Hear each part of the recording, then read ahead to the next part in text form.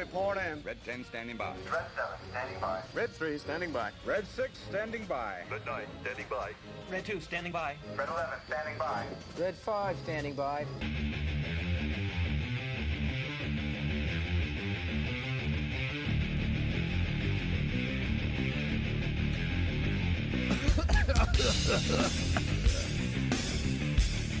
Wait, let him cook.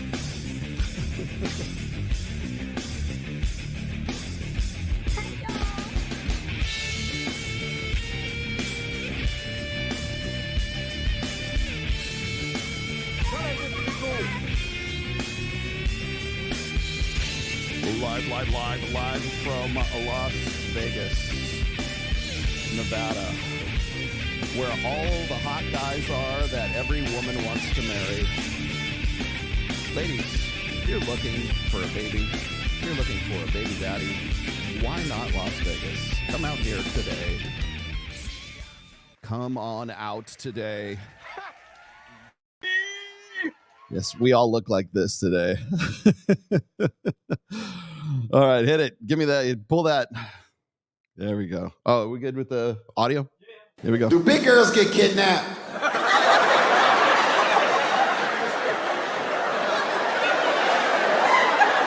I never seen one for ransom.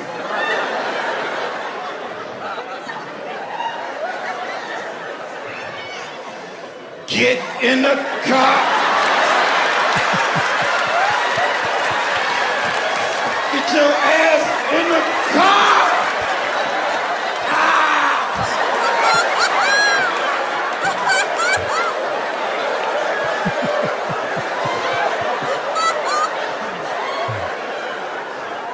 Would you just get in the car?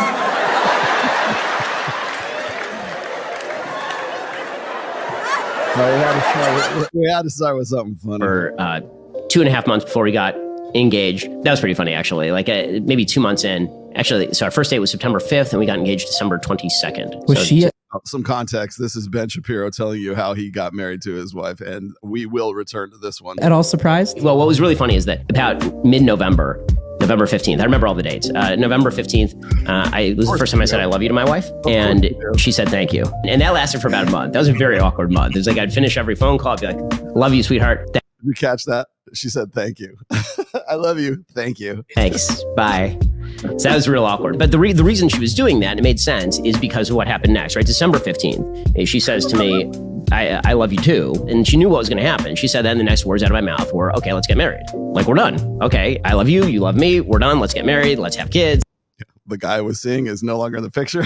Let's have a life together. And she goes, let's just enjoy this time. So I'm not enjoying this time. This is miserable for me. Like, what are you talking about? If you're a religious person dating for marriage, the word.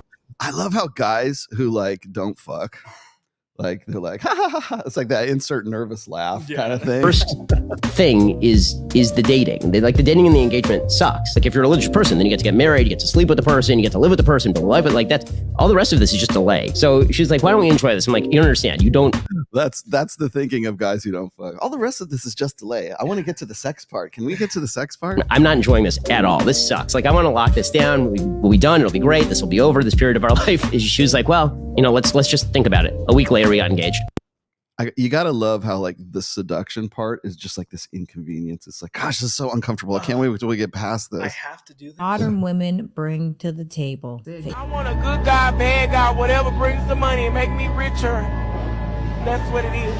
If he can't pay all my bills and take care of what else I got going on, and then no. Name 5 things that you have to offer a man. Nothing, nothing, nothing, nothing, and nothing. What the f***? You ate with that one. Thank you, best friend. Nothing. What do you need from a man who you're gonna take seriously? Money. That's all you look for. You're not serious though. I don't know why I'm nervous right now. Ask for ghetto. I never said that word. Let me be crystal clear. No man You have wants- no class. You have no regality. You have no regard for human. You have no value inside of what you see. You have no character. Homegirl, you look crazy. You sound crazy. And you have the audacity to even ask for a man that's going to pay all of your bills for what? You obviously won't even bring that man peace, let alone some value. I'm mean, You sound like a walking problem. They got coochie, Sarah. Look, at this point, if he's paying all her bills, he could get that from a prostitute that looks better, sounds better, and treats him better. What? Wait, excuse me? Continue. Dude, what does he need her for? And Really? Continue. this is the problem. This is my problem with modern day women. You're so entitled with nothing to offer. I would love to ask her what she offers.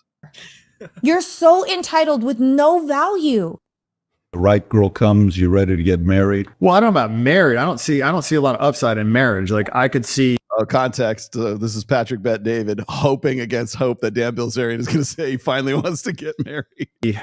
I mean, for a rich guy to get married, it's kind of a negative free roll. It's almost like you're betting half your net worth. You're going to love one girl forever. Like I think it's a pretty big bet, and I don't think there's a big payoff on the other side of it because it's not like you have to get married to stay with her. But he's the asshole for saying this, and the other chick isn't. Got Like two people can be together without getting the government's permission, and so if you're having kids and you're not successful, I get it. It makes sense. Or if you've just had, a partner for a long time and you trust her and she's just your person, then okay. But I think when you're 43 years old and you're successful and you're out there dating, I don't know. I mean, what's the upside? Value that she adds to a man is something that you cannot even put a price on, baby. It is something that you cannot even look at the amount, because guess what? What we're doing is we're elevating you and we're growing you in a way. I love this. Okay, pause. Here's the funny thing is, I love how, especially these women, like try to like explain like the intangibles. It's intangible. The benefits are intangible. You mean intangible like my bank account? That you could not even imagine. Why do you think that all the politicians are married? I built every single man up that I've ever been with, baby. All right. When they leave me, they're in a much better position than when they got with me, and that's a fact. Politicians are married because if they weren't, people would think they're gay. Very last man you was with, how long was that relationship? 3.5 years. When you met him, was he a millionaire? No. When you left him, was he a millionaire? No. You ain't made nobody nothing. A lot of these women talk about what they could do for a man and how good they are. Y'all ain't made nobody. A lot of y'all have an overinflated ego. You're not bringing nothing to the table but problems, attitude, and taint, tarnished, and zesty coochie. So check your attitude. No, check your attitude, because y'all are not all that. I feel like I just took a bath in battery. Wait a minute. I got to listen to that one again. Taint, tarnished, and zesty coochie. Zesty coochie. We are making a sound drop of that. We are saving this and making a sound drop from that one. That was too good. It's a week. You better have your romantic interlude. And here comes Jordan B. Peterson to save the day and tell you how to have a successful relationship. Might say, well, I'm not in the mood. It's like, get in the goddamn mood. I mean it. Like, it's like, I don't really feel like it. It's like, yeah, no kidding. Because you're tired and the kids are noisy and, what's your point? Like, get your act together and get out. Not if she has taint, tarnished, zesty coochie. and figure out how to get yourself prepared for it. And it's part of your duty, but more than that, it's like, why would you want to lose that? How many things in your life are genuinely like revitalizing, like romance, beauty, music? This is a gamma male, by the way, trying to explain to you like the tangible benefits of fucking for a guy who like doesn't fuck. There's a handful of things, but that's definitely one of them. You don't want to lose that. And by the way, I never want to hear anybody complain about the way I dress right now. So at least once a week, you need a date. And, if you're lucky, maybe it's 3 times a week. And lucky. Guys who don't fuck appeal to fortune and luck and the fates and the stars. And if you're sane, you can probably manage it twice, but once is a minimum. I love it. So this is, by the way, this is a man negotiating desire, and this is going to be the prime topic of today. And by the way, here he is doing it again.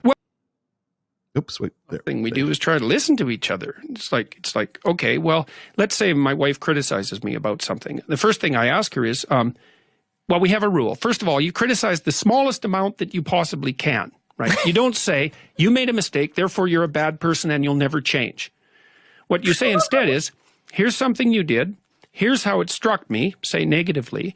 And this is what I would like to have happen instead. Imagine you're in like the heat of this like knockdown, drag out fight. And you're like, wait. What is our protocol for for engagement such as this? But I'm willing to listen to you on the off chance that either my solution is untenable or my diagnosis is incorrect. My wife would be like, get the fuck out of here. Well, by the Geneva Code. It's something like that. And then if she tells me something like that, well, then I listen because I think, well, look, it's possible that she's wrong. And hopefully, because then I don't have to change. But it's possible that she's correct. And in which case... Or it's possible you're trying to negotiate desire once again, JBP. I should bloody well listen because maybe I'm doing something stupid. And she'll tell me that I'm doing something stupid. I love how he like presumes self-deprecation immediately. And how to set it right. And then I won't have to do that stupid thing anymore. And we won't have to have a fight. And I won't have to walk into a wall. Or you could save a lot of time and she could just tell you you're being stupid and you could just gaslight yourself into thinking that you are. And therefore you just move on and everything would be fine, right? I would like try on, as I like call them, the different masks of masculinity. Like, all right, like let me just pretend to not give a shit about anything. And I struggled. Is that masculine? Not giving a shit about anything. Like, I love how like when people try to demonize, like, it's toxic masculinity. I love how when people try to demonize masculinity, it's always this over the top, like slippery slope shit, Like I would meet somebody and maybe I liked her, but then it was like, oh, but don't text her. Can't text her. But why? So then I would like not text her. But those like 2 days, I had so much anxiety. I was like, but I want to tell her. Like, I have these feelings. I was like trying to be. So you think masculinity isn't texting a chick?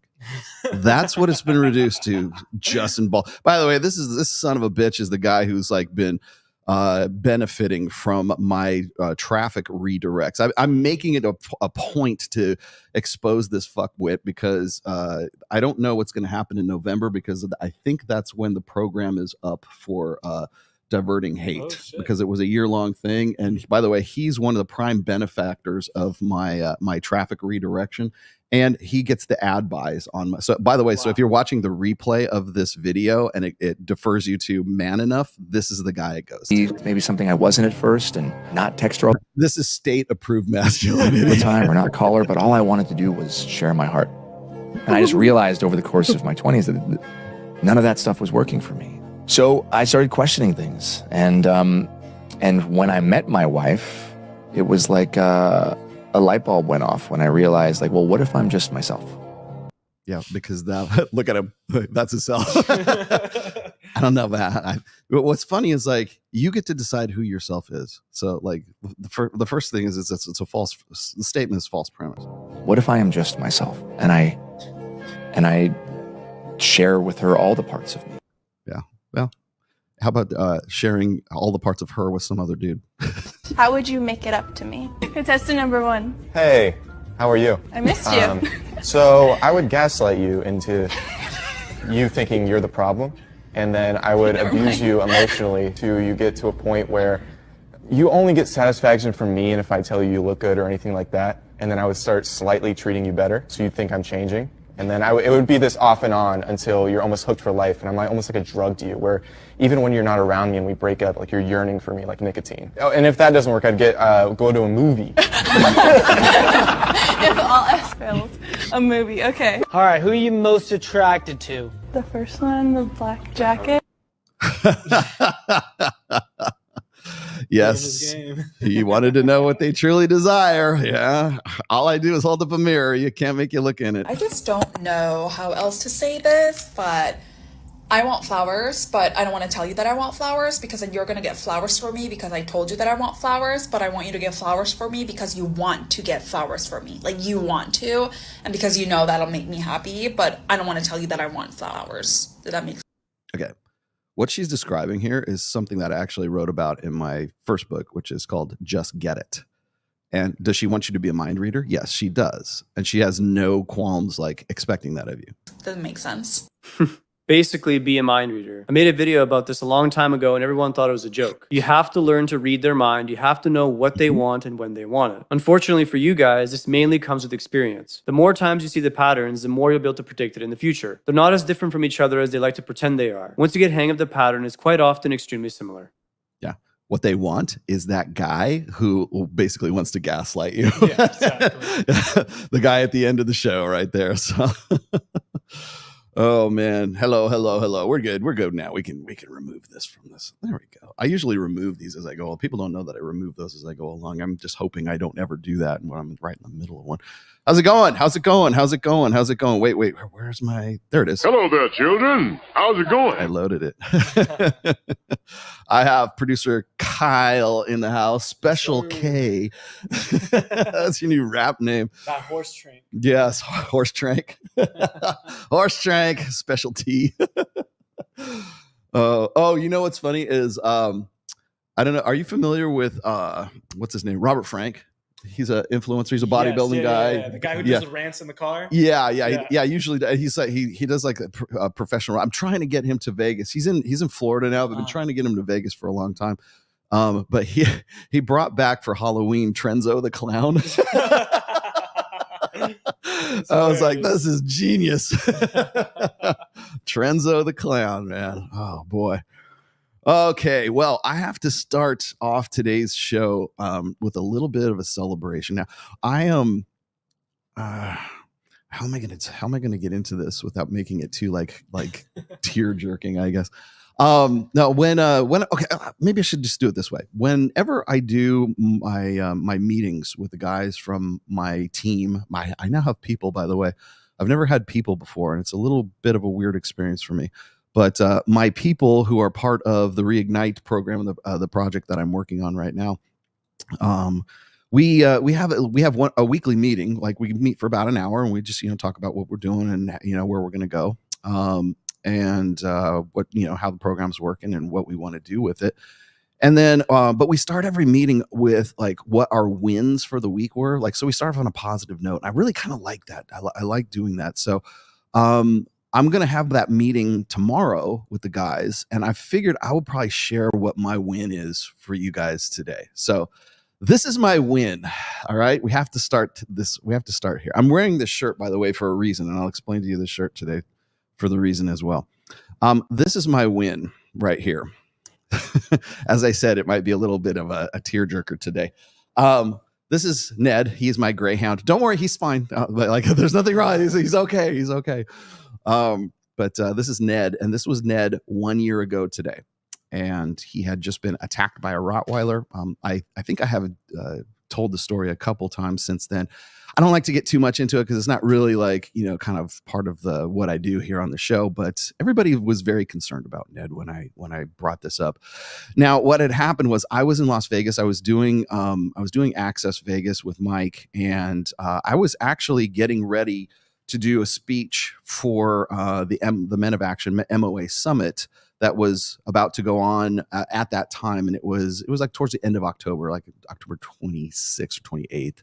And I was there, and I had every intention, by the way, of going to Kenya. I had all these plans that I was going to do.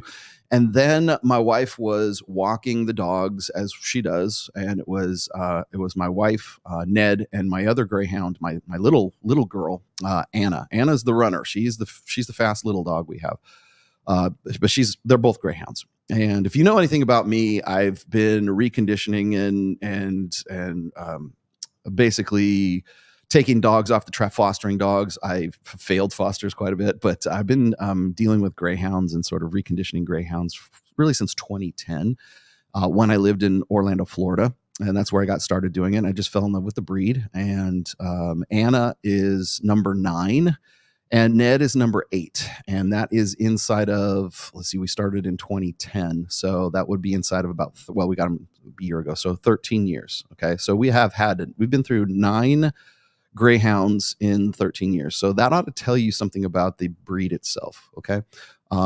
Greyhounds are thoroughbred racing dogs, and they all kind of suffer from the same sort of like inbreeding. And so if the sire of one of the dogs has osteosarcoma, they all get it, or they're prone to getting it.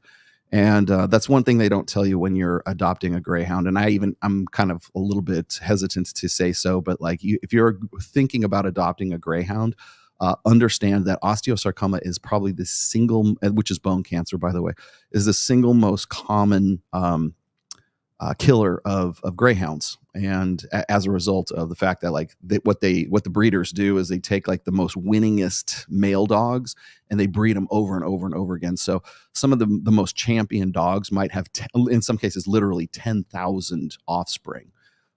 So they tend to all have like similar sort of genetic disorders or genetic diseases, but the personalities of the dogs are just so great. And I just fell in love with the breed, and I'm really love my dogs now. So seeing Ned in this shape was really kind of heartbreaking for me. But what had happened was my wife was walking the dogs while I was in Vegas, and they were attacked by a Rottweiler, and a very large Rottweiler. And Ned is he's not a fighting dog per se, but he does like to post up on other dogs. So he's not a fighter, but he likes to fight dog.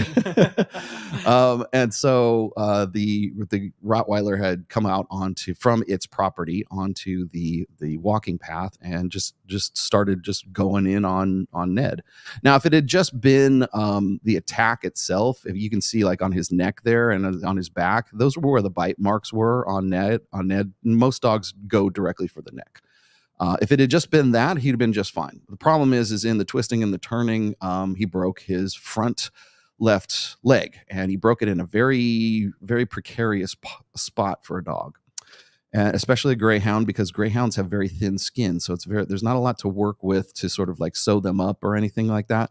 And really, we were faced with the proposition of just simply putting him down at that time. And I said, no, you keep him alive no matter what. And so I raced back. I got back in the Chrysler 300, and I drove all the way from Las Vegas to Reno in probably like 5 hours. It's a 7-hour trip. Yeah. I got there in 5. And he just basically went through a living hell for, well, certainly the last 8 or 9 months, let's just say. He was in a hard cast all the way up until about May of this year. And remember, we moved from Reno to Las Vegas during all of this as well. So it's been quite an ordeal for us. He has been through 2 plates. I don't know if you guys remember me explaining to you how he bent the first plate. It was a surgical steel plate that was in his, to sort of reconnect the bones there. That was the next setback. And again, I was faced with the choice of having to put him down, and I decided not. I've made this, that experience, by the way, taught me something really valuable. And, it was this, is like, we tend to make decisions based on our on 2 ways. We can make decisions based on 3 ways. But if you guys have heard me in the past, when I talk about instinct, emotion, and reason, that's how we basically make our decisions, through instinct, through motion, and through reason. Mostly emotion these days. Reason, we might want to say buy a car or a computer based on like what we think is a reasonable, like maybe it's price, maybe it's this is what we need to do. We kind of like you do cost comparisons and stuff like that. And we do things such as like whenever I make a decision to put down a dog, it's usually because the dog has osteosarcoma and there's not really much else I can do. So it sucks. It hurts emotionally, but rationally, reasonably, it's better to put the dog down than to let the dog suffer. So that's a reasonable decision. Now, I wasn't about to have Ned have his ticket punched by a Rottweiler. Now, if he'd had osteosarcoma, I might have made a different decision, obviously. But I made the call and I said, look, take the plate out. We're going to put another plate in. We're going to do whatever we have to keep. I said, just keep the dog alive. So, because he had done his job, he protected my wife. He protected, like, there's not a scratch on Anna. And my wife actually broke her finger trying to separate the Rottweiler and Ned. And, through just sheer, happenstance and good fortune and, maybe a little bit of God in all of this. But, Ned was happened to be in the right place at the right time, had some really good people help us out, transported him to the veterinarian, and pretty much through quick action saved the dog's life. And so now he'd gone through having one plate be bent, had to go in, put it again, put it a soft cast, everything else. You guys you've got everybody who's a part of this show has been through this ordeal. I just want to give you the year-end update of all of this. And so we went through this again. And then we had the plate taken out because they said he's not going to need the plate. We're just going to let it heal naturally. Well, what happens after that? He refractures it again. So he's gone through 3 fractures. The initial one, the bent plate, the second fracture that had happened. after removing the second plate. And so then what we do is we put him into a hard cast, and the hard cast took. So he was in the hard cast for quite some time when we moved down here to Las Vegas. And just basically the poor dog's been through hell. So I've had to make decisions to keep Ned alive 4 times this year. And each time I didn't really know what to do. I didn't want to make an emotional decision. It was next to impossible to make a rational decision, but I made an instinctual decision. And this is the first time I ever really sort of caught myself doing this, because I didn't know what to do. I was literally like, maybe I should put him down. Maybe he can't be a dog anymore. I'm happy to say that going with my gut was the right decision, because now he's running around, he's playing in the park, he's having a good time, he's back to being a dog again. Now, he doesn't have full use of that paw that he used to. He's never going to be a sprinter. He's never going back on the track again. Because of the tendon damage that's in there, his leg bends back just a touch. He still has the little minute kind of little hairline fractures that are still there, but it's healing up very slowly. So he's back to being himself. He's a dog again. He can't chase rabbits anymore, but he does try to chase the birds and the geese and everything in the parks and stuff like that. So he's still back to being Ned. He still roaches. He does his thing. In fact, I'll show you a few things. This is him at aquatherapy. He loves hydrotherapy. He looks at it like it's his swim lessons. And that's him in the tank there. What they do, by the way, is they fill this tank up, and there's a treadmill in the tank, and he runs in the water, so it like lightens the load a little bit, and he gets so he can get the motion and everything. He did that pretty much most of the summer. And then this was him in the back of the car just recently. He's got the cast off. He's doing pretty well. And this was just such a good picture. I thought I'd throw it up there. That's when he had the cast on. But Ned's doing a lot better right now. And I just wanted to say, guys, thank you for all of your contributions, your thoughts, your prayers, everything that has gone into sort of like keeping Ned on the up and up. And he is doing fine.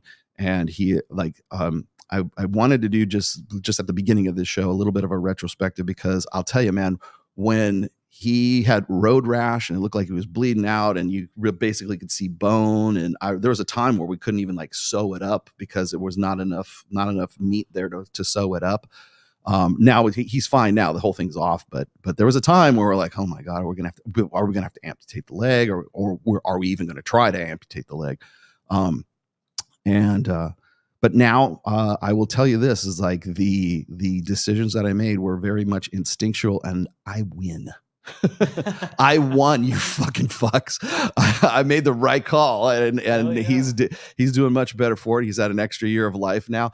And by all indications, he's going to be just going back to being Ned. And I wanted to also point this out too, because I don't get a chance to I can't bring him into the studio really, because there's a hard floor here and everything. But in my new studio, in my new place in Vegas, there will be a return of the Ned cam at some point. So everybody always keeps asking, "Where's the Ned cam? Where's the Ned cam?" Well, we can't do it at Red One really, but if I could, I certainly would. Now, why am I wearing this? Well, I have to explain something to you. This little logo right here is the logo of a good friend of mine. He goes by the name Old Ragnar, and he is actually, I want to say Norwegian. He's certainly Norse. I know that he's Scandinavian. I want to say he's in Arkansas. I hope I'm giving you the right props here, Ragnar. But anyways, he and his son own what's called, let's see if I can put it on the banner here. What's called Ravenkelt there. You can go and check out their Instagram, and you can see what they do. They do Nordic, Viking, Norse folk art.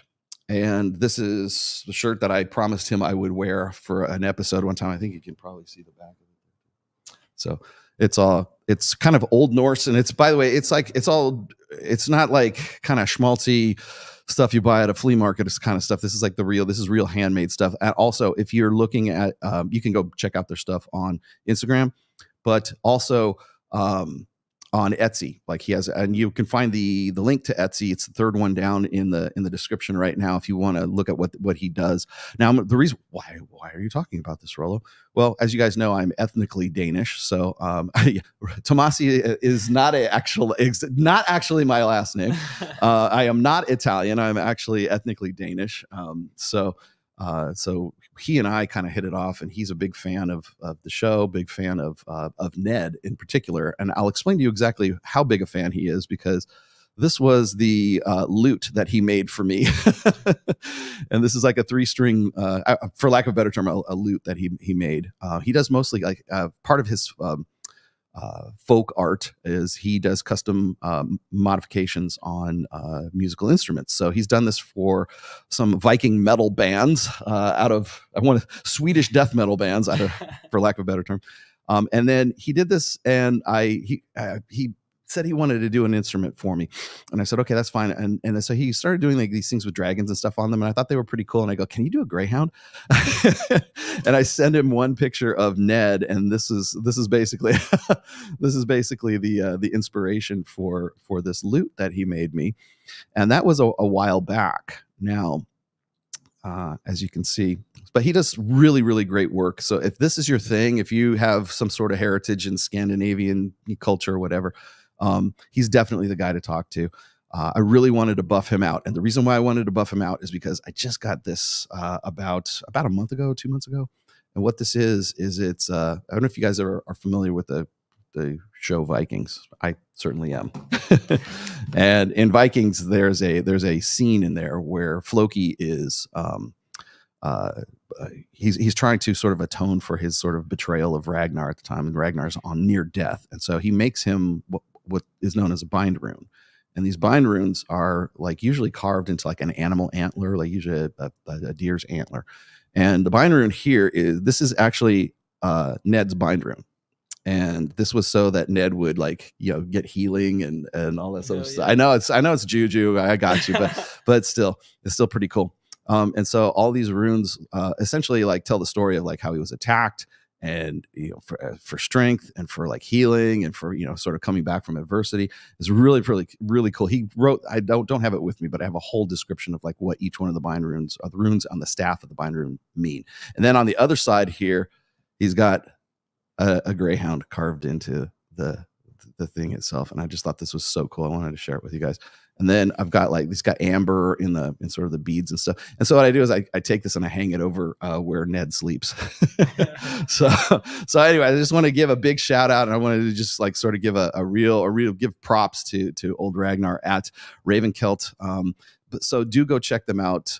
Really, really great stuff. And just wanted to sort of buff him out, like really thoroughly buff him out, because he's been with me from the start, especially when everything had happened to Ned like a year ago. He's like, what's wrong with him? Is he okay? I'm like, yeah, it's all right. So it was pretty cool to have that kind of concern. And so, and also, by the way, I just want to give everybody a big shout out, because there was a lot of people. Like I remember I did a cast signing for him. Oh, and then also I want to also point something else out. I kind of knew that Ned was going to sort of come through this about halfway through the year. And people kept asking me, why would you spend so much money on a dog? Blah, blah, blah. It's not like it's a human, yada, yada, yada. And I'm like, well, he's my best friend. So I'm going to go and I'm going to do whatever I can for my best friend. And the other thing is he did his job, right? I mean, he was pretty much defended my wife and defended my other dog. And so I'm like, he took care of my family. I take care of him. He's part of the pack. Right.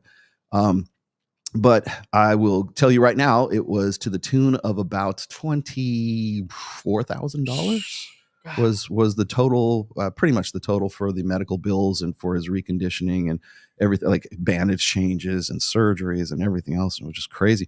But I am the living nightmare of homeowners insurance because I'm the kind of guy who can like eat the cost and then wait it out. Right. Hell yeah.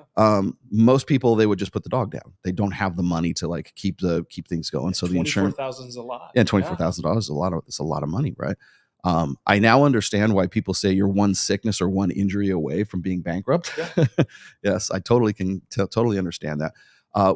People told me, don't even bother trying to get a lawyer involved because you'll never get it. It's like cases like this you'll never get paid, blah, blah, blah. We ended up with this personal injury attorney that is actually down here. I want to say it's Guido and something. I can't remember the last name. It's really not the mob, but really, really nice people. And they are very much dog and pet people. And so we ended up getting a settlement for 30 grand for it. And by the way, most of these cases do go to litigation. Yeah. But it was so cut and dried that like it never went to litigation. It just went straight. Just went straight. And they just said, "Here, we'll cut you a check," right? Because we meticulously took receipts and everything else. And I always told them, like when we went to like the specialty clinics, I said, "You give it what? Is there anything else you can give him?" I want the Cadillac treatment here because these are the people that the homeowners association that this Rottweiler was basically on their property when it went and attacked, and that's what the homeowners insurance is for. So. We had the dog, the Rottweiler was deemed, it didn't get put down. So don't think that we were that vicious and that mean, but it was designated and deemed by the animal control as a dangerous animal. Once that had gone through and it was the verdict was it's a dangerous animal, we basically won the case. So there's no way they could have come back against it. Right.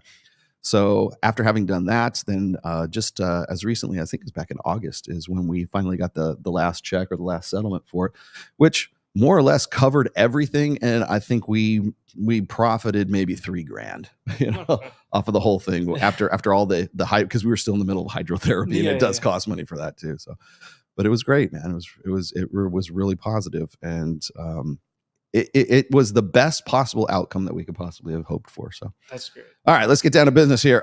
Does genuine burning desire fade away over time as humans are serially monogamous? Women eventually get bored and men get lazy and lose value. I'm glad you brought that up because that's actually the basis of today's topic today. And I'll explain to you why I chose today's topic, because I was kind of wanted to get back to basics. This is something that is, so I want to say, unique to my own work here. You can't negotiate genuine desire. And so today we're going to talk a little bit more about the concept of genuine desire. And genuine burning desire is actually a phrase that Fresh came up. So I want to point out that I never called it genuine burning desire. I think it was Fresh who mentioned something about like, I want to own her soul. I'm like, Fresh. I appreciate the enthusiasm, but like dial it back a little bit, because that was exactly what Abba and Preach came at Fresh for. Back in August of 2021. So who would have a genuine burning desire for this guy who picks coconuts in Barbados or whatever it is, And I'm just like, Jesus Christ. And now I have to clean up this mess, right? So like, let's back it off a little bit. Just genuine desire, authentic desire is really enough. Does it fade away after time? I think it kind of depends. I think it depends on the people involved, quite honestly. Now, are human beings serially monogamous? No, they're not. They are monogamous and they are also promiscuous. So when people have asked me like, "Oh, Rollo, do you think humans are naturally promiscuous?" Yes. Do you think they're naturally innately monogamous? Yes. Both can be true at the same time. And I don't think that a lot of people people want to think in binaries. If it's not one, it's the other. If then logic, right? If not this, then this. And that's really not how it plays out, especially not with something as complex as human nature. So I think we want stupid, simple answers. We want to be able to say, well, the red pill is this, right? We want an easy bumper sticker. So if people can say, well, the red pill's this, and I'm still fighting this right now. And I'm going to probably fight this until like after the election, we get into 2025 for sure. But everybody wants the red pill to be about politics. They want it to be about religion. They want it to be about whatever your pet ideology is. Go and wipe your ass with your pet ideology. Okay. The red pill has always been and always will be about intersexual dynamics. And if you would like me to go all the way back to 2004 and show you the first instance of me using the term red pill in a intersexual dynamics context on the SoSwap forums, I will be glad to show that to you and give you a screen cap of that, because I remember was December of 2004 was the first instance of me actually using that terminology. We'd been using it before that. We've been calling the Matrix and all this other stuff for a while. And it was more like tongue in cheek back then. We weren't really serious about it, but then suddenly it became serious. So do men and women eventually get bored and lazy? Some, yeah, a great many of them do. Is it possible to maintain genuine burning desire? Own your soul. Own your soul. It is Halloween, right? I think that it just sort of depends on the individuals involved, quite honestly. I still very much, would you like me to gross you out? Because this is really what you're asking me right now. Do I still fuck my wife? Yes, I do. And every fucking chance I get, man. And I enjoy it just as much as I did before. So, well, how do you do that, Rolo? How do you maintain that? I'm glad you asked, because that's half of today's show. Let's see. Here we go. Once again, marriage causes divorce. I presume that you're probably divorced. Okay. Does marriage and kids extinguish genuine burning desire as the guy is now trapped? No. Again, it all depends on the people that are involved. And she has everything she wants, financial security and the kids. Yeah, but not every chick like gets into a relationship and just says, you know what, the pussy's closed, closed for the duration. All right. If that was the case, you would never have brothers and sisters. Okay. So I just want to point out that, yeah, some couples actually can get to sort of past the like my wife and I are empty nesters. We've been empty nesters for quite some time now, and we still enjoy each other physically as much as possible. Right. Well, at least I certainly do. But the short answer is it possible? Yes. The long answer is it something that's tenable these days for most people? No, it's not. And the reason why I wanted to sort of use this as today's topic is because I was just sort of getting into it with, I think it was Gia McCool and I think Rachel Wilson, who is Andrew Wilson's wife. I don't know if they planned this. I think they know each other. Do you guys know each other? But the topic du jour on Twitter over this last week was, should Christian wives like be beholden to duty sex? And duty sex is something that I near and dear to my heart, because I've had this conversation with Pat Campbell so many times that it was kind of refreshing to sort of come back to it again, because it never gets old, because the outrage never gets old. The question, of course, isn't so much about genuine burning desire. It's more about obligation to sex. Is a husband owed sex from his wife?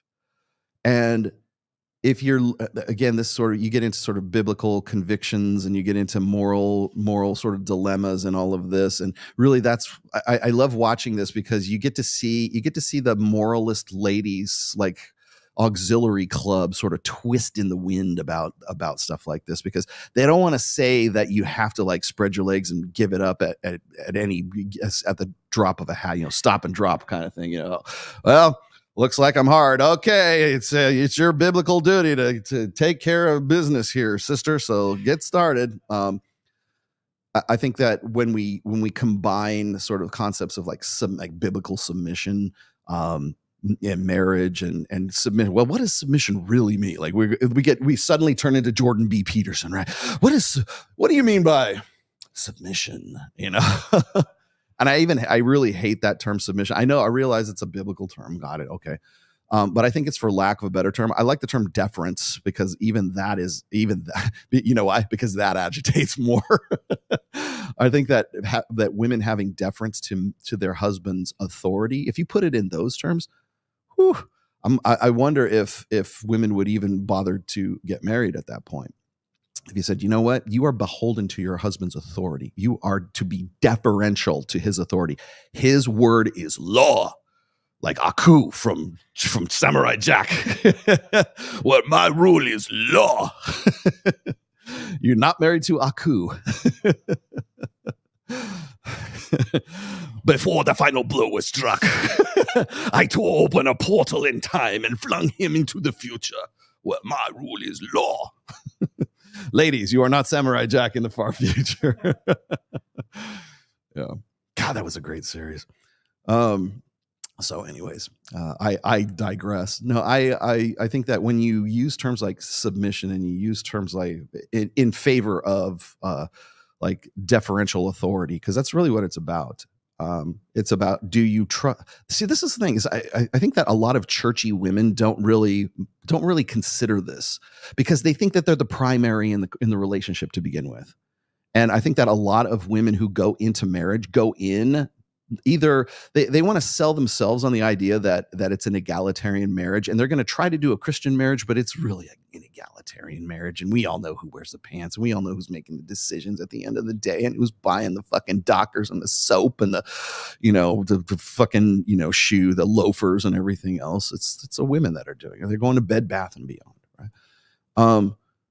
But I think that, like, a lot of, especially women who are online right now, who want to say, oh yeah, I submit to my husband all the time. I'm like, well, if you were submitting to your husband and he said, you know what, I don't want you to be on the fucking internet anymore. I don't want you as a personality on whatever podcast. I don't want you as a personality on Twitter. I don't want you as a personality on Instagram or whatever else anymore. Would you defer to his authority and just basically delete everything? Now, I'm not saying that he should do that. I'm just saying, if that were a possibility, hypothetically, would you do that? I think a lot of women would chomp at the bit because they want that attention. There's a certain amount of attention that comes along with this, even if it's vicarious, So, but again, I think that when women go into marriage, specifically if it's like sort of this moralistic sort of like, oh, I want to get right with God kind of marriage, there's this preconception that they're going in and they are really the primary, but they're pretending that they're not the primary.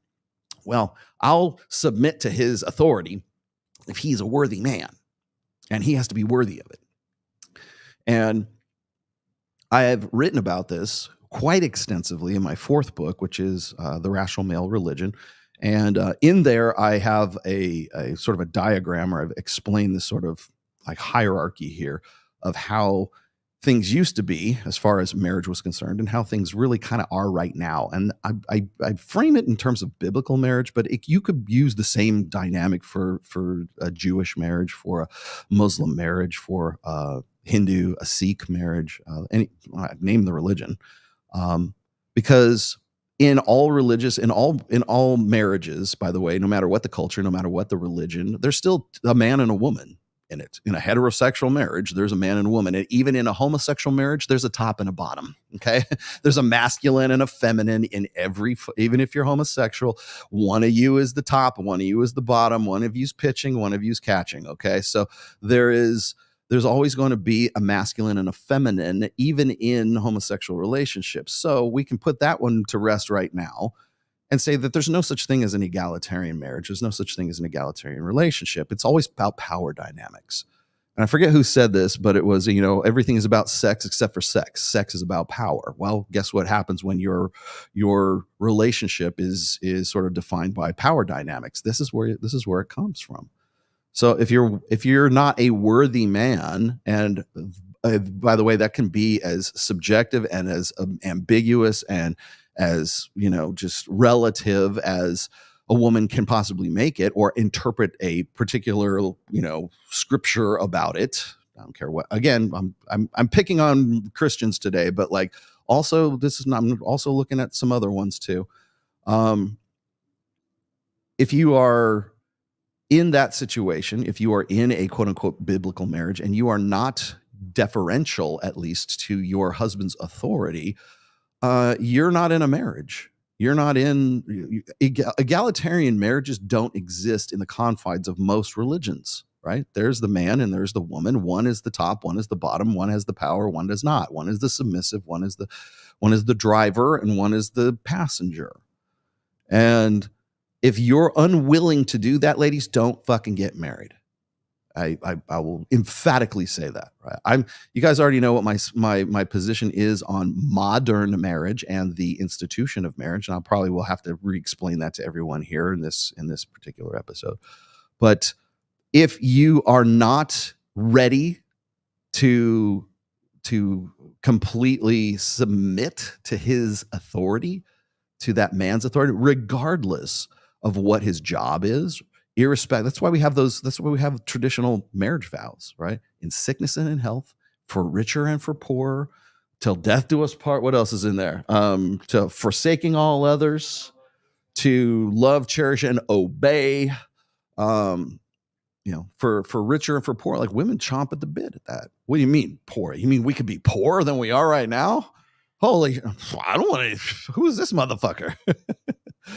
And now go and throw in the prerequisite of you got to spread your legs for this guy whenever the mood strikes, whenever the spirit moves him, whether you want to or not. Remember, that's why I threw in that video with Jordan Peterson. Like, I mean, this is really what he was. Let me see if I can pull that up here again. This is really what he was going on about in the intro video here. Yeah, the sexy time video. Once a week, you better have your romantic interlude. And you might say, well, I'm not in the mood. It's like, get in the goddamn mood. Yeah, the reason I throw this in there is because this rubs women it's like petting a cat the wrong way, right? It rubs women the wrong fucking way. Because if I don't feel like fucking this guy, I don't want to fuck this guy. I shouldn't have to fuck this guy. It's this side of marital grape, right? In fact, there's a lot of talk right now, especially even within Christian cultures, let's just say, that does that constitute marital GRAPE, EPAR? Can't even say it. Forced sexual copulation. Maybe that's how we should describe this, right? Because if I'm not in the mood and I don't want it and she's not enthusiastic about it, if he doesn't make her feel like she should be deferring to his authority and she doesn't feel like she wants to spread her legs for this guy or just like have hot monkey sex with him, then she shouldn't have to do that, right? Well, sorry, ladies, but if you are an adherent to the holy scriptures of whatever religion you happen to be, by the way, it's not just, like I said, it's not just biblical. Then you are in direct violation of your professed convictions. So what are you going to do about it? Well, we're going to try to find ways we're going to try for these little sort of these loopholes, right? These end arounds. I mean it. Like, it's like, I don't really feel like it. It's like, yeah, no kidding. Because you're tired and the kids are noisy and, what's your point? Like, get your act together and get at it, and get at it. Figure out how to get yourself prepared. Get after it. Prepared for it. And it's part of your duty. Okay. This is where women lose their fucking minds. But more than that, it's like, why would you want to lose that? How many things in your life are genuinely like revitalizing? Okay. So now what Jordan Peterson is going to do is he's going to try to rationalize ladies into bed. And in the history of mankind, no man has ever reasoned a woman into bed. Okay. I don't care what you think. No one's ever taken an Excel spreadsheet and said, here, honey, here are 684 reasons why you should be fucking me right now. Oh, well, fuck, let me strip now. Let's go. So by the way, this is what gamma males do. Thank you, Vox Day, for gamma males. The gamma males are the bean counters, right? And it's like everything should follow a rational progression. The same thing is, this is also why he thinks that negotiating desire is negotiation in a relationship, especially if you say you're wrong, is some sort of key to actually getting sexy time or whatever the fuck this is, right? And so I wanted to point this out because you got to remember who it's coming from. This is a guy who essentially asked his wife to marry him 3 times. He was 7 years old when he met her and was convinced he was going to marry her. And then she finally gets out of like a 2 or 3 year relationship with some guy she's living with. And then, oh, well, I got nothing better going, so I think I'll accept his marriage proposal this time. Okay? So that's the guy who's telling you to negotiate. This is the guy who's telling you how it's your duty, ladies, to be fucking your husband, right? And a lot of guys even men have a problem with this. Like romance, beauty, music. There's a handful of things, but that's definitely one of them. You don't want to lose that. But you see, everything he's just talked about, romance, beauty, blah, blah, blah, all that's spontaneous, man. That's not something that's planned. That's not date night. I love that shit. Date night. Hey, you gotta keep the magic alive, man. You gotta keep the fire burning, man. What do you do to keep things fresh, Rolo? I fuck my wife because she wants to fuck me. That's how you do it, man. It's awesome. What, you don't go and like reserve the what is it, the honeymoon suite at the top of the Wynn or something like that, and sprinkle fucking rose petals all over the fucking bed and everything, and just put a bubble bath in the fucking the jet tub. No, I don't.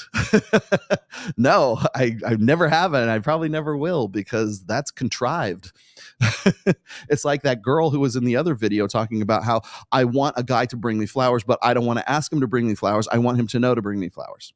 You know how I know that I'm going to have great sex with my wife tonight is because I know I'm going to have great sex with my wife tonight because I know what works. I know I understand the dynamics here. I understand who's a primary. I understand who's authority. I understand the deference. I understand the power dynamics. And I also understand that it's spontaneous. It's like, I love how like everybody like wants to say, well, you know, men have to keep the romance. It's like your responsibility. Yeah, this is actually my Valentine's Day speech, but sorry, but like it's your responsibility to keep things from. Why is it men's responsibility for fucking romance? Why am I responsible for meeting her needs instead of the other way around? If I'm the one that's supposed to be deferred to authority wise and everything, why do my needs not come first? Well, I had to divorce my wife. Why? She wasn't meeting my needs. Who the fuck are you? I'm the husband. Get the fuck out of here. Like, what church is going to back you up for that divorce, man? Nobody. But you take that and you turn it around and you put the inverse. Well, I had to divorce my husband. Why? Well, he wasn't meeting my needs. Oh, and he might have had a porn addiction too. Oh, well, it's okay, girl. We have a support group for you. You know, we have a battered wife. Well, I wasn't battered. Oh, it's okay. We just say you were. But I love this part though. Like, let me pull him out of here. Yeah. Oh, I already got to you. Wait a minute. That's not what I was looking at. No, I mean, as far as like, if the guy is ladies, if you're submitting, like, if I'm in a biblical marriage, okay, are you submitting to your husband? Yes, I submit to him. Yeah, duty sex. Yes, it's my duty to fuck him whenever he feels like it. I gotta keep his balls drained and his stomach full, right? And I'm like, okay, great. Then why are you talking about your needs? Where do your needs come into any of this, right? If he's the primary and he's the one, like, should he love you? Should he reciprocate? Yes, I'm not saying that at all, but like, I'm just saying like the innate sort of subconscious sort of, I don't know, silent contract of all of this, right? Which is if he's the one you're supposed to be deferential to, why are you yammering on about your needs? Right? I mean, like, no guy goes, no dude is going, I'm not getting my needs met. Well, what are your needs? To get a blowjob every other day? Okay, well, I guess that's not happening, right? Well, what happens then is like you've got the entire institution of a marriage that's saying, well, if mama ain't happy, God ain't happy. And so if she's not fucking you, well, it's got to be you're not meeting her needs, right? Well, if she's not fucking you and she's not happy with you, it means that God's not happy with you too. So I love that you want a real mind fuck. It's your wife's happiness or your wife's unhappiness is God's unhappiness. You start in on that kind of like that cascade effect. You please get divorced. I'll tell you right now, just go get divorced. What percentage of men can elicit a genuine burning desire? Well, we already know 4.5% do. I would say 10%. Let's be a little bit more generous here. Since you're asking me for hard fast numbers, I would say let's just round it off. Okay, we already know that 4.5% of guys are the type of guys are attractive enough, are arousing enough for women to want to initiate something with. Okay. Speaking of which, oh my goodness, what a great segue this is going to be. God, should I actually show the tweet? Wait a minute. I'll just read it to you. It's better if well, fuck it. Okay. So this is funny as hell. So Justin Waller put this out. Okay. And actually, you know what? Hell, what the hell? I'll take this. I have the tweet on tab. Oh no, I don't have the tweet on tab. I'll share the screen. It's easier if I share the screen. This is Justin Waller, by the way. So since you already asked, it's too good not to share this here. Where's it? Share my screen. And, okay. You guys are gonna shit yourself. Okay, so this is Justin Waller. Have you seen this yet? I sent this to you? No, I sent it to your brother. I sent it to Miguel. Okay, so here it is. Justin Waller, I'd have 2 nickels for this one. Have me skip the line straight to being in The Bachelor. Now, this is a funny thing. This is the chick. He had to block her name out because, for privacy reasons, okay? This is such and such. Hi, I'm the casting producer with The Bachelorette. And I feel you're the perfect fit for what we're looking for.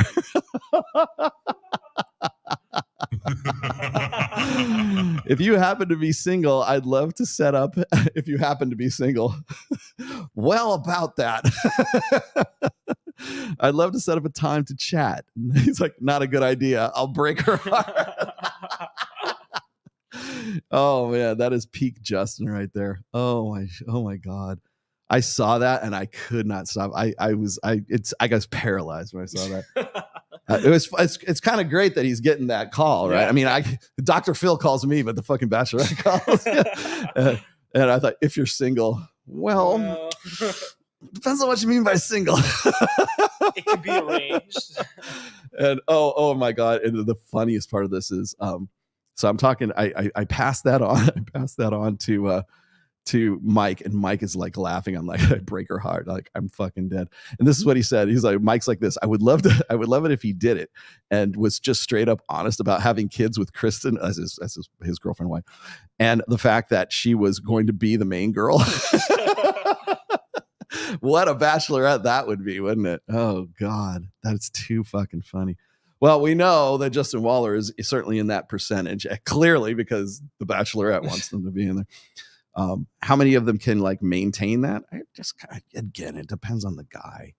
I can show you instances of guys who used to be these fat fucks, right? Like, for instance, oh God, you know Alvaro. Yeah. Alvaro, like, I think I might even I might actually consider doing personal training with Alvaro, because he is a great fitness / bodybuilding competitor guy, out of Powerhouse Gym. But like, I've seen his before pictures when he was fat, and I was like, fuck, I can't believe it's the same dude, right? Now, can Alvaro, and I know that for a fact, you know Alvaro, could he be good, could generate genuine burning desire in women? Yes. Quite regularly. Could he before? Probably not. Not when he was a fat kid. He's not a fat kid anymore. So I would say, let's just round it off. 10%. How's that? May the beta cucked masculinity, masculinity is the future. I hope not. God, did you see that? Did you see that commercial for Kamala?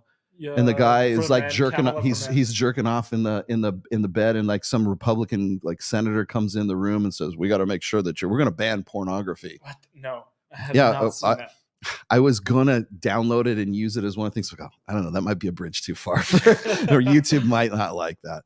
But no, it's this guy. It's this kid. It was a kid. It's this guy who's probably like in his college years, right? Okay. And he's like torquing one out on in the bed sheet, and stuff. And he's got his cell phone. He's rubbing one out, and I don't know, guy looks like Orrin Hatch comes in, comes in his room and sits on the bed. Says, I'm a Republican senator, and we're going to be banning pornography. And I want to make sure you don't finish illegally. And I'm like, what the hell? I mean, no, it's a dead serious. Like, I'm Kamala Harris, and I approve of this message. Right? Jesus Christ. I'm like, really? I mean, this is not the win you think it is. Why would they attach themselves to that? Why? I don't know. But it's funny. Maybe the beta cuck masculinity is the future. Well, if you're going to base your campaign on making sure that guys can jerk off, you might have a point. You might be right. What do we got here? People who change the worlds, there's more than one, are given attribution. Rolo, you're one of these people. Thank you. Truly an unsung hero in modern times. Keep going, brother. Thank you. I will keep going. I'll do my best to keep going. If you appreciate me that much, since you do, I'm not asking for money. That would be far, far beyond me, but you might want to express your appreciation to people like, I don't know, those jerk offs from trigonometry, Chris Williamson, all these people who keep going back to the same fucking watering trough over and over and over again. Who do you have on? Who do you have on recently? That was the second time. Was it Richard Reeves? I think you just had Richard Reeves on again. The second time? No, who did he have on? He had, doesn't matter. It's probably the third. Oh, no. Yeah, maybe it was. I'm like, dude, at what point is it going to seem weird that you haven't had me and Mike on? At what point? Right? I know why he keeps going back to the same dudes all over. He still wants that same sensationalism, but you know what? It's kind of like doing heroin. Like, nothing's like your first time. Like, his first hit. Yeah, it's like he's had Destiny on there, and his first hit of Destiny was like, oh man, this is the Godsmack, right? And then he's had him on again, and it probably didn't do the same numbers. He had him on a third time, and it's like, fuck this blue-haired kid. Yeah. Well, thank you for your support. Host a reignite event with Aaron Clary. Oh, that is on the books, by the way. I am actually trying to work something out for that. Also, James Sexton, he already well aware of it. I would very much like to do a let's call it a summit, I guess, but I want to do some sort of like bigger production with a lot of guys. Like Aaron would definitely be one of them. James Sexton would be on board. I want Red Pill Thor, Drew Bay for fitness stuff. If I can get Hide Yamagishi, I'll get him. But yeah, I would definitely. And Mike's our team. So I'm glad you brought this up, Thomas V. Next week, not the week after. This coming weekend, anyways, November 2nd, I will be speaking at the MOA Summit here in Las Vegas, Nevada. You can come on out to it if you happen to be in Vegas. I don't think you have to be part of MOA to be to actually come and listen to stuff. I know there's probably a cover or a fee or something like that, but you don't actually have to be a member. In fact, they don't want you to be a member. They would much rather be able to have you come in and get convinced you ought to be a part of it. But I'll be speaking. I'll finally be able to give the talk, anyways, that I was going to give before Ned got attacked by a Rottweiler last year. So I will be doing that on the 2nd, which I want to say is Saturday. Yeah, Saturday.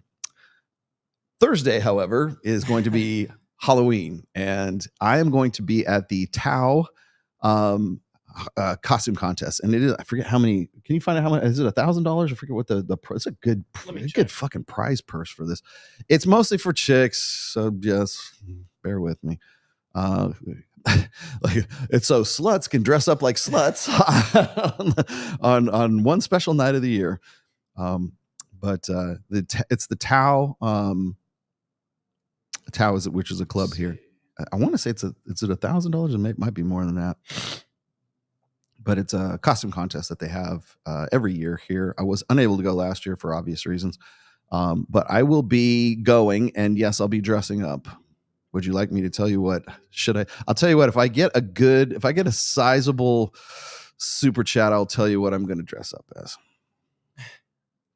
Because otherwise, you're going to have to wait for pictures. To create a better world, we must face reality. You bring forth uncomfortable truths that many avoid. Your work doesn't just prevent self-destruction; it transforms how we engage with reality. Well, thank you for that. Yeah, that's funny. I'm going to hold on to your chat here really quick because it sort of dovetails nicely into another sort of greater concept, the greater whole here. Is that when we talk about desire is not just something that is applicable, let's say, to just like intersexual dynamics and sex, right? You have to actually be able to desire to want to do things, period. So I'll talk about that. I'll get into a little. Would you like me to go deeper into the weeds with this? I think I might have to. Man, Swallow Tomasi, don't get no 304s, man. Oh, I don't get 304s. Oh, wait, where's my thing? Oh, there it is. I'm like, man, Swallow Tomasi don't get no hoes, man. Saying, Uncle Swallow, what's the best way to convey to a plugged-in guy that his wife has no genuine desire for him enough to understand it? Okay, so here's what my point would be. Is the feed okay? Yeah, it's fine. Okay, because on my screen, it looks a little bit digitized, but I don't think anybody has a problem with it. It's right here. It might just be me. So anyways, yeah, as far as explaining something to a guy who's kind of like uninitiated or just he's not getting laid or whatever, I guess. Let's see, what did you say? What's the best way to convey to a plugged-in guy that his wife has no genuine desire for? Well, point it out. Like, I think that it pretty much it's covered by the general rule, I guess. Like, never try to evangelize for the red pill. I know you guys want to. I realize that, like, when guys like get into this stuff and it really just it's really eye opening. It makes me feel good. Like, people are like, oh man, I always knew this stuff, Rolla, but I never had somebody articulate it the way you do. And they have that aha moment, right? They want to go and they want to share it, and they want to tell guys like, hey man, you got to read this book, man. You got to watch Rollo. You got to watch Ryan. You got to watch Rich Cooper, whatever. I don't care. whoever. You gotta get into this stuff, man. And then they wonder why their friends and their family and stuff are like really resistant to it, or you're a misogynist. And because they can see it, they understand just how like sort of groundbreaking it is for themselves, because it has actually had a life-changing effect on them, right? And they don't understand like why guys, like most average guys, simply are very resistant to it, because they're still kind of stuck in those blue pill kind conditioned doldrums, right? They think that if they keep following if you trust the process long enough, you're going to get laid, right? Or they'll go and put up with a sexless marriage, and if they are having sex, it's usually starfish, lackluster, kind of like, are you done yet sex? And they're just happy to be getting laid because they think that they're not the kind of guy who could get laid. A lot of men, a lot of average guys who could probably be dudes who fuck, simply are never going to be guys who fuck, because they don't see the process. They don't see that the process that they adhere to is really what is limiting them. And like I've known a lot of guys. Like people keep saying, "Well, it's all about looks." I'm like, yeah, it is, to get yourself get a foot in the door. It is all about looks. Looks are if not the most important thing, one of the most important things when it comes to attraction. Certainly when it comes to arousal. You've already heard me say this just several times before. Once you get past that, though, then it's kind of like you have to get over yourself. And a lot of guys who would get laid and by any other circumstance, don't get laid because of the way that their mindset, their blue pill mindset, sort of limits them from doing that. Well, that wouldn't be right if I did that. If I tried to insist that if I tried to pull rank on her, right? A lot of guys who are in quote unquote Christian marriages or whatever, they don't want to they don't want to initiate. How come I have to initiate with my wife? She's supposed to initiate with me, right? They don't understand that like it's okay for you're the fucking leader. You're the primary in the relationship. You get to instigate sex with your wife. It's okay. She expects you to instigate, right? She expects that. Well, I want her to do it. Well, that's fine too. She should also initiate as well. But that doesn't mean that's all she does. And you're wondering why you don't have you having like starfish, dead bedroom, for lack of a better term, sex, right? And you're not the hot monkey sex you see in porn. You want to know why pornography is so dangerous to guys who are like of like sort of a religious conviction, is because it shows them what they're missing. 100, I will die on that fucking hill, right? It shows them what they're missing. They're like, my wife doesn't do that. She's never been. If I tried to do that, she would like shoot me down. She would reject me. Oh boy, she would divorce me if I even suggested something like that.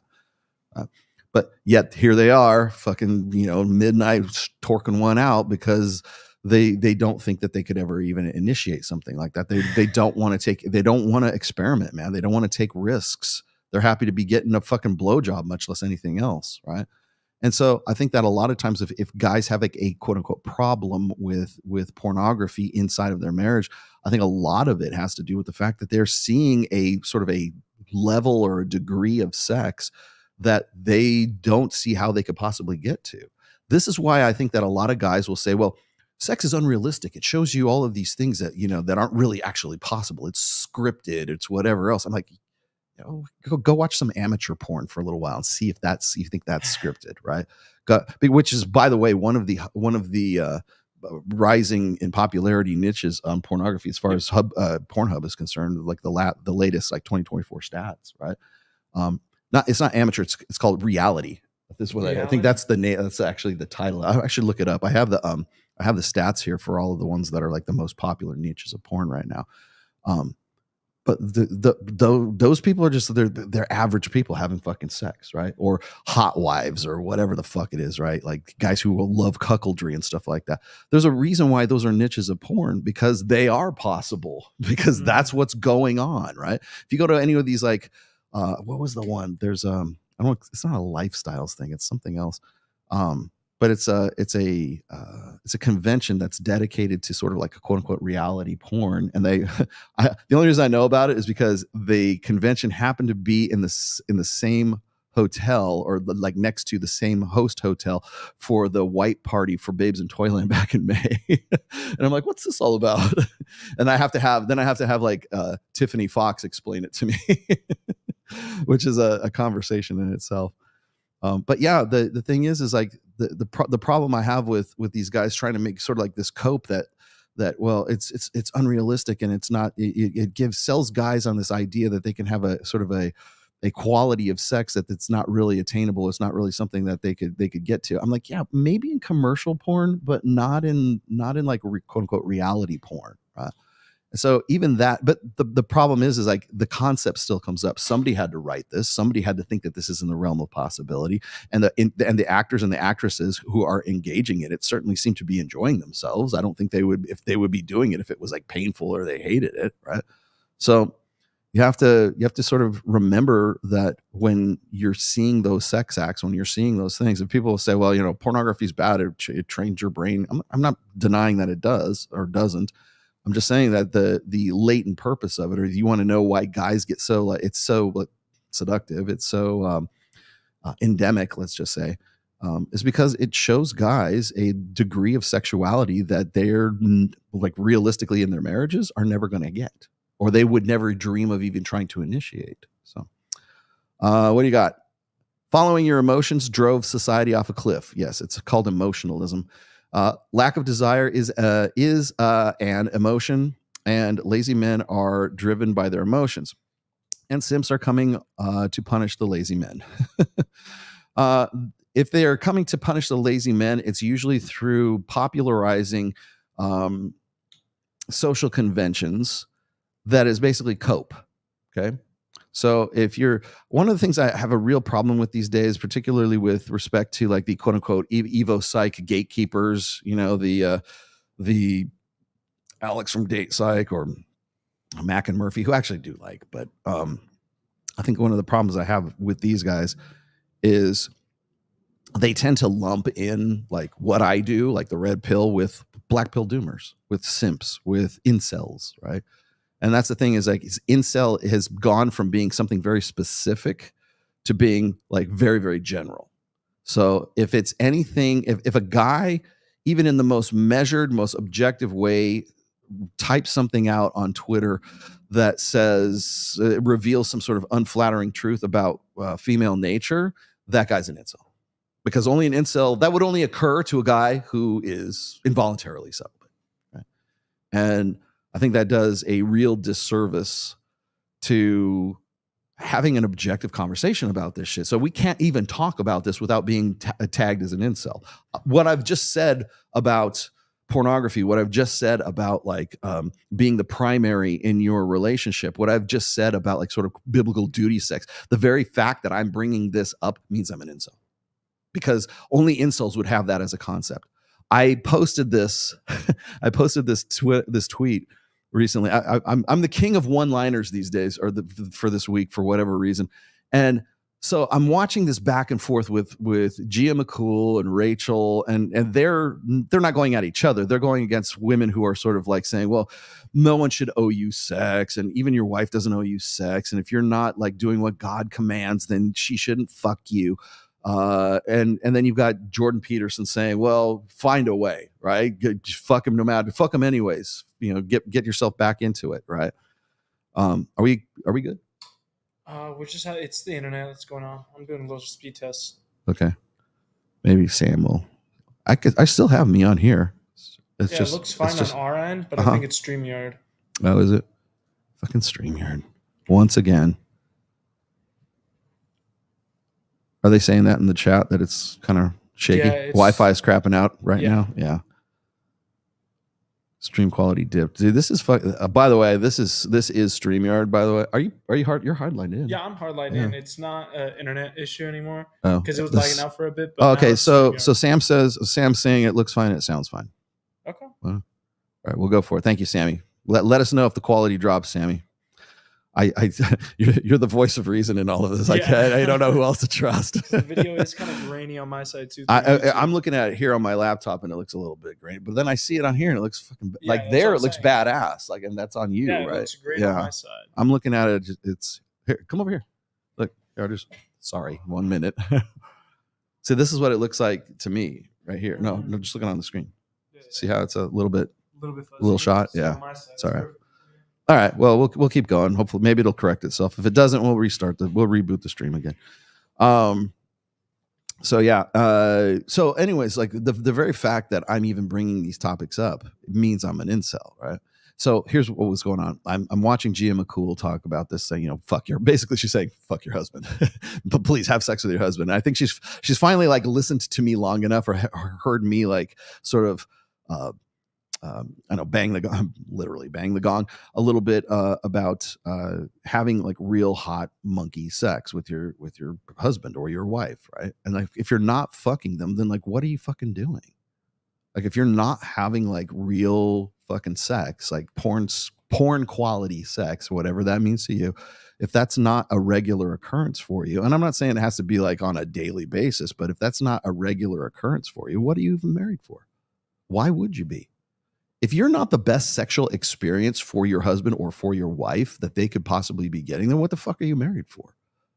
I said this I have a really, I should probably read this post at some point, but it's a post called Saving the Best. And I'll just give you the quick rundown. It's this guy who found an old porn tape, literally a porn tape, a tape of his well, probably now ex-wife, but his wife at the time. And she was very frigid. She didn't want to fuck him. She didn't like giving blowjobs. She didn't like anything other than like sort of missionary and starfish sex and whatever, very kind of like run of the mill, mundane kind of sex. And he finds this sex tape of her when she was in her college years. And she's basically having like 4 ways in what, I was so crazy in college. Yes, you were. And the sort of the quote out of the pull quote from that was I married a prude I married a whore who fucks like a prude. And the reason why it was sort of an important post for me, and it's still, people still go back and read it now and then, is because it points out the lack of desire to have sex with the guy who is the husband. She definitely wanted to have sex with the guys who she was having this 4-way with, and actually did more than just that in her college years, but she wouldn't give her husband that degree of sex, and then was trying to make up for it and says, no, wait, I'll have sex with you. She literally says this. She says, no, please don't divorce me. I love you, blah, blah, blah, blah, blah. I'll have sex with you like that. I'll give you blowjobs. I'll give you anal. I'll give you whatever it is. Sorry to be graphic and visceral, but this is really where it comes down to it. I'll whatever, reverse cowgirl. I don't know, whatever it is that he wanted. Right. But see, here's the thing is now the cat's out of the bag, right? Now it's what's called the observer effect. Observing a process changes the process. So what happens is if the guy says, look, why are you having like sort of hot monkey lustful sex with these guys, but you don't have that with me? I didn't want you to think I was a slut. I wouldn't think you're a slut. You're my wife. Don't you want to have sex? Why would you not want to have the best sex you could possibly have with your husband? If you have made the commitment to be with me for the rest of your life and only have, forsaking all others, to have nothing but the sex with me for the rest of I'm your only sexual outlet for the rest of your life. Why wouldn't you want to have hot fucking monkey sex with me? Why would that not be the first thing that you would think of? Why would you even get into that position? Why would you even agree to a lifetime with me if that wasn't going to be the case? Because right now, if you want to know why the marriage rate is so low and the divorce rate is what it is, which is low according to the fucking marriage rate, right? If you want to know where those problems stem from, it comes from the fact that you're having the best sex of your life with other people, not with your husband. In fact, it's not even an expectation. It's not an expectation to say, well, she's not the best sex of my life. He's not the best sex of my life. It was this guy in this foam cannon party in Cancun on spring break, and he was drunk. I was drunk. He was cute, and one thing led to another. That was the best sex of my life, right? Well, because there's no expectations, there's no kids, there's no nothing. It was just like, just a fucking with abandon. Why do you not hold that for your husband? Why do you not do that, ladies? So I post this. I said, I said, Christian ladies, I said, have you fucked your husband today? Just that one-liner, man. I should probably go look and see what it's up to right now. It was just insane amount of responses to this. Why are you so obsessed with sex, Roller? What's wrong with you? Are you an incel? Like, I can't even post. Did you have sex with your husband today? In response to all of these conversations about duty sex and obligation and are you owing sex? Are you not owing sex? That kind of stuff. And all I did was say, did you have sex with your husband today? Because you're the ones I didn't bring it up. You brought it up. I just am reminding you of what you brought up. I want to know, did you have sex with your husband today? Because you seem to think it's very, very important. Rolo, you're an incel. Great. Thanks. Whatever. It's not, it's like, that's very weird. Why would you ask something like that? I'm not. They're the ones that are making an issue of it. I'm just asking if they are following up on that issue. Right. But no, nobody wants to talk about that. What do we got here? Okay, got to that. Didn't get to you yet. By the way, Genuine Desire, Alan Richson. Oh, from Alan Richson. Is that not Jack Reacher? I think that's has been Jack replaced by Pablo Schreiber. Really? Come on, man. Pablo Schreiber. What is he? Is he Mexican or is he German? Height 1.96 meters. Can you put it in fucking English, please? No foreign rulers. The grass is always greener on the other side. All right. Well, I don't know who that dude is, but now look up Pablo Schreiber. Got it. I want to see what this dude looks like. Canadian and American. Pablo is Canadian and American. Yeah, I know. He's not even German. I was expecting at least a German guy. Oh, all right. It's got Men's Journal on there. That guy is not fucking. Oh, it's over. It's like when Henry Cavill left The Witcher. It's like The Witcher. Exactly. It's dead. Like, come on. It's a dead franchise. He was Witcher. No one's gonna watch your shit. He was King Rolo. I'm glad you think I'm a king. Off topic, but why I have this urgency to save the world? I don't know. Believing that someone has to save it, is that a lack of mental point of origin? Yeah. I'm not out to save the world, man. I'm out to save one dude at a time. He's Master Chief. You're Master Chief? Yeah, he's the one who plays Master Chief. Oh, he is? Yeah. Oh, this dude? Yeah. Okay. Pablo is. Okay. Pablo. Well, yeah, it is. Technically, it is. If you, what are you? For the greater good. What are you, Tao? It's all for the greater good. Well, you got to remember this, Michael. There's two distinct ways of sort of like really human philosophies, right? There's the collective philosophy, and then there's the individualism versus collectivism. Right now, you're probably thinking in terms of collectivism. So, and looks like you're from Brazil. That's a very heavily populated country. So, it's also probably has something to do with kin altruism as well. But is it a lack of mental point of origin? If you're putting things that are outside yourself as the first thing that pops into your head when you're making decisions, then yes, I would say it is a problem with your mental point of origin. YOLO. I need a sound drop from you, like Ricola. What do you think about psychologists who say women with traumatized childhood date abusive men because they got no love from abusive parents? I think that's a really convenient way of dismissing women who are fucked up and dismissing. The thing I hate about shit like this is like, if I say one thing, I'm victim blaming, right? I'm blaming the victim, right? But if I point out the fact that, perhaps the victim is actually complicit in their own trauma, then I'm an asshat for that, right? I think that a lot of stuff, when we talk about daddy issues, when we talk about abusive parents, again, I would need to know on a bio, like, is daddy like whipping the living bejesus out of you and like burning you with cigarettes and stuff like that? Okay, you might have a case. I think that when we talk about how like women are quote unquote damaged goods, I think that gets thrown around way too much right now. It is the go-to. It's what I call sounds right logic. It sounds right. It sounds right that she's probably that way because she had abusive parents or an abusive parent. Usually it's not. Usually one's gone and one's abusive, right? But I'm sick to fucking death, by the way, of listening to guys apologize for women's behavior by saying they're damaged. That's always the go-to. So, for instance, recently, I have been keeping, as you probably know, I've been keeping tally of how many instances of the quote-unquote teacher student, let's say, rapists for the year. You guys already know I did a full-on, oh, that looks way better now. Yeah, it looks fine. Okay. But I don't know on stream. It's not. Are they saying it looks bad? It's about the same. Oh, it says blurry, but fine. He says, yeah, it's like 144p. Yeah.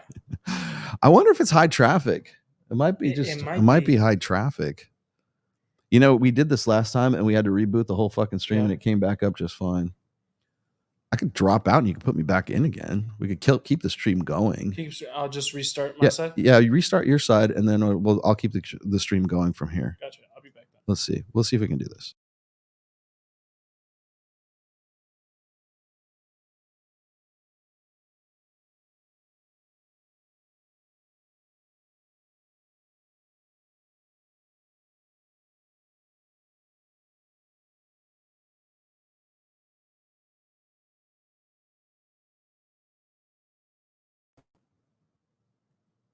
Much better. Looks way better on my end. Anyways, is that better? Haven't been able to see It looks since- good. It looks good here. Yeah, it looks better. It looks way better here. Okay, maybe that was it. Maybe we just needed to like reboot your end of the stream. Yep. All right. Better, guys? Better? How's that? It doesn't look 144p. 144p. All right. It's the goddamn browser. Yeah. High def. The veins are back. The veins are back. Oh, yeah. If you can say the vein. There you go. Wait, there. Wait. Put the. Oh, wait. We got to do that one. Here we go. Ready? 1, 2, 3.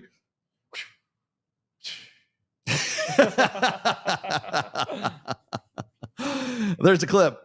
Somebody clip that. Oh shit, that's funny. All right, so it's just a server. Yeah, it was. Oh, good. Thank God. Okay. Well, it was a simple fix. Thank goodness. Well, now we know what to do next time. Thanks, guys, for bearing with us. No, as far as like childhood trauma and date abusive, blah blah. They date abusive, man. Like, for instance, when I was talking about Tinder swindler, okay, and you know how I love to talk about Tinder. When I was saying, you know, the people say, well, what kind of woman would take out 9 personal loans for a guy who is obviously a shark, right? He's obviously a player. He's obviously an abusive, manipulating son of a bitch, right? She must be damaged. And that was, I'm guilty of it too. The first thing I said is like, where the fuck is the dad? Like she was in her 30s, right? I hope I am involved in my daughter's life when she's in her 30s, right? But my first instance was this: is like, where's the concerned boyfriend or former boyfriend or uncle or nephew or father or brother, for that matter? Like, where are those guys to prevent these women from literally endangering their lives and jumping on a private jet to go to Belarus or wherever the fuck they went, right? And within 45 minutes of meeting on Tinder, like, where's the guy that goes, oh my God, you'll be sold into white slavery. What is fucking wrong with you? Where's the, of course, if any guy were to step up and do that, he would have been this misogynistic, old school, patriarchal son of a bitch. Right. And look what happened. Well, we wouldn't be able to have a documentary. Right. But the first thing anybody will say is she was damaged. There must be something wrong with her. And every time I talk about the quote unquote female teacher student essay, right? Sexual assault. I think I can say sexual assault. Statutory EPAR. Statutory non-consensual forced copulation of underage boys by female teachers. How's that? Can I say that? Because that's what it amounts to. In fact, nobody wants to actually write out the word RAPE. They want to actually just, say, oh, inappropriate. It was an inappropriate touching, inappropriate situation between the two of them. Which, by the way, we're up to number 70 for the year. There have been 70 incidents of teacher-student essay. Let's just leave it at that.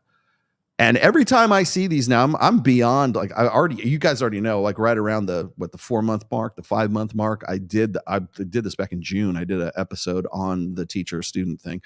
And people keep saying, well, Rollo, if you were that concerned about it, why didn't you do an episode? I did, you dumb fuck. I did. You didn't watch it. So don't give me this shit. Okay. And the reason why they give me grief is because the first thing out of my mouth is, how come we have this Department of Homeland Security, diverting hate NGO oversight of me, Aaron Clary, Rich Cooper? Why is it that a guy like Will Costello can get get his doctorate based on some horseshit incel study that he one-time fucking incel study of the incel.co forum? How does that happen? But yet we're still talking about the 70 separate instances of female student GRAPE. Where's the Evo Psych gatekeepers in their ivory fucking towers to talk about that? Nowhere. Crickets. Zero. Where are you guys? Because you know why they're not there? Because the first thing out of their mouths is, well, they're all damaged. All 70 of them? 70 of these girls, they're all fucking damaged. They're all had rough childhoods and their dads like burned them with cigarettes. That's what happened? Because I don't think so. I think it's a little bit more than just that. And you know what? I have a bachelor's degree in fucking behavioral psychology, man. It might be a little bit out of my wheelhouse, but you know what? You guys are the ones that are supposed to be the fucking authorities on this. How come you're not focusing on that? No, we're going to talk about incels and how they ought to be treated as domestic terrorists. That's okay. And I bring this up all the time.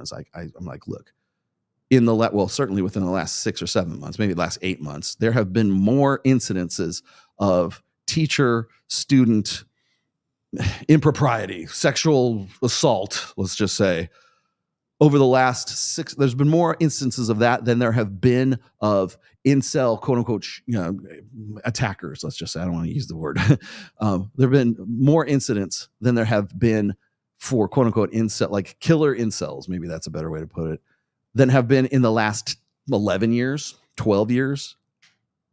Why are not the teachers designated as domestic terrorists? They're the ones out there committing crime on a fucking weekly basis. But we're going to go and how come I can't go get a doctorate, a PhD in Evo Psych because for going and doing the studies on teacher to student, inappropriate relationships? How come I don't get that? Dr. David Buss, I'll join your you know what? I will stop this right now. I'll cancel everything, take everything off my books. I will go back to college. I'll go like old school, like Will Ferrell. I will go back and I'll join the Dr. David Buss psychology team if it means I'm going to get a PhD in Evo Psych for studying these chicks. Can I get that? No, of course not. They don't even want to touch that. You know why? Because they're afraid that it will in some way present some unignorable truth that is unflattering about female nature. Because all of these women follow a pattern. I spelled it out in black and white, no uncertain terms, as far back as June. I'm the only one. Those crazy red pill guys. Yeah, this crazy red pill guy is doing that work. You're not doing shit. In fact, you're talking shit about me. And every time I bring this up, and by the way, when number 71 and 75 and 85 come up, I'm going to say the same goddamn thing. And you know what you're going to do? Same fucking response. Cricket. I don't have crickets. cricket. Nothing. Zero. Silence. Well, they're all damaged. Well, when we say damaged, like when I talk about hybristophilia is the tendency for women to fall in love with convicted killers or convicted criminals, right? There's enough cases that it actually has a DSM rating in the Diagnostic and Statistical Manual, right? Well, what's wrong? Well, why don't we talk about them? Are they not a sort of a threat to polite society? No, I guess not, because they're all damaged. And anytime some unflattering truth happens or is repeatedly coming up over and over again, and it becomes unignorable because we live in the social media society right now. But when a truth about women's nature, and good or bad, whenever we talk about that, either you're an incel for talking about it or she's damaged. Yeah, well, you can't take that as she's an outlier. You can't take her as the standard for all of them, the universal. How about 70? Is that a good enough sample? Do I have to wait till we get to 120 individual? And I don't know what the sample size ought to be for teacher student statutory, what. What would be? Well, what number do I have to get to before it's not about personal damage and it's actually something of a phenomenon going here? It's when it becomes a statistic. Yeah, That's what it does. I'll tell you, it's funny is like we always give these guys grief about like their sample sizes for like whatever their Twitter poll is about fucking incels and stuff like that. Okay, and they're all self-reports and everything else. These aren't self-reports. These are happening. This is fucking quantitative data. It happened. Black and white. Did she or did she not get with knock it out with the 15-year-old kid? Yes, she did. Okay, well, we'll knock one up onto the stats and we're done, right? That's all it is. Nobody wants to talk about it. Where are you guys? Where are you, Alex? Where are you, Will Costello? Where are you, Tom? What's his name? Andrew? I can't remember that. Where are you, McMurphy? Where are you on the teacher, students, statutory, you know what? Still waiting. Someday. Someday it'll happen. Rolo, your stream quality dropped. Yeah, I know we got back. Thank you. Thank you for the enlightenment there. My husband admits to a history of porn addiction, but denies current use. I love that. I love it when it's like he consumes porn. Like, no, he's jerking off. This is consuming, not this. I have to initiate sex every time and it's lackluster. Any thoughts on this? Okay, well, At that point, it's expressing your needs. Okay, so how fat are you? I mean, I hate to put too blunt a point out. Maybe you're hot. I don't know if that's your avatar. You look all right. Maybe you just don't do it for him. I don't know. Is there some like? Have you ever watched porn with him? I'm not, and maybe that's not something you want to do. I don't know. But what kind of porn is he into? It's a possibility. The dude's like fucking gay. You could. That is a distinct possibility. How old is he? How old are you? I would need to know a lot more. Like, I'm actually kind of fascinated by this. I would need to know like a little bit more detail about, and you could email this to me if you want to. You don't have to, I don't have to air your dirty laundry right now. I have to initiate sex, and it's lackluster. Okay, well, lackluster in how? Because does the guy still get a hard on? Yeah. Because if he's not, then how much luster does it lack? I love that. It's like, well, it's kind of lackluster. Well, what's he just saying? Okay, all right, I'm done. Is it a job for him? Yeah. Is it a job for him? Well, the thing is like, if he's still getting it up, it couldn't be that lackluster. I'm just saying. But maybe there's some things that you need. Maybe you could just like find out what he's into. You know? If you really love your husband that much, would you not want to find out like, hey, what's his kink? Right? What's he all about?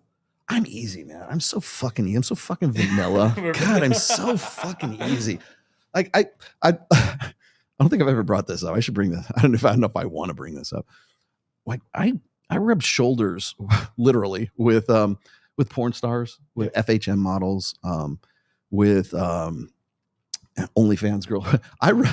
Not only do I rub shoulders, I rub big boobies with 2800 cc girl. Christ. Yeah.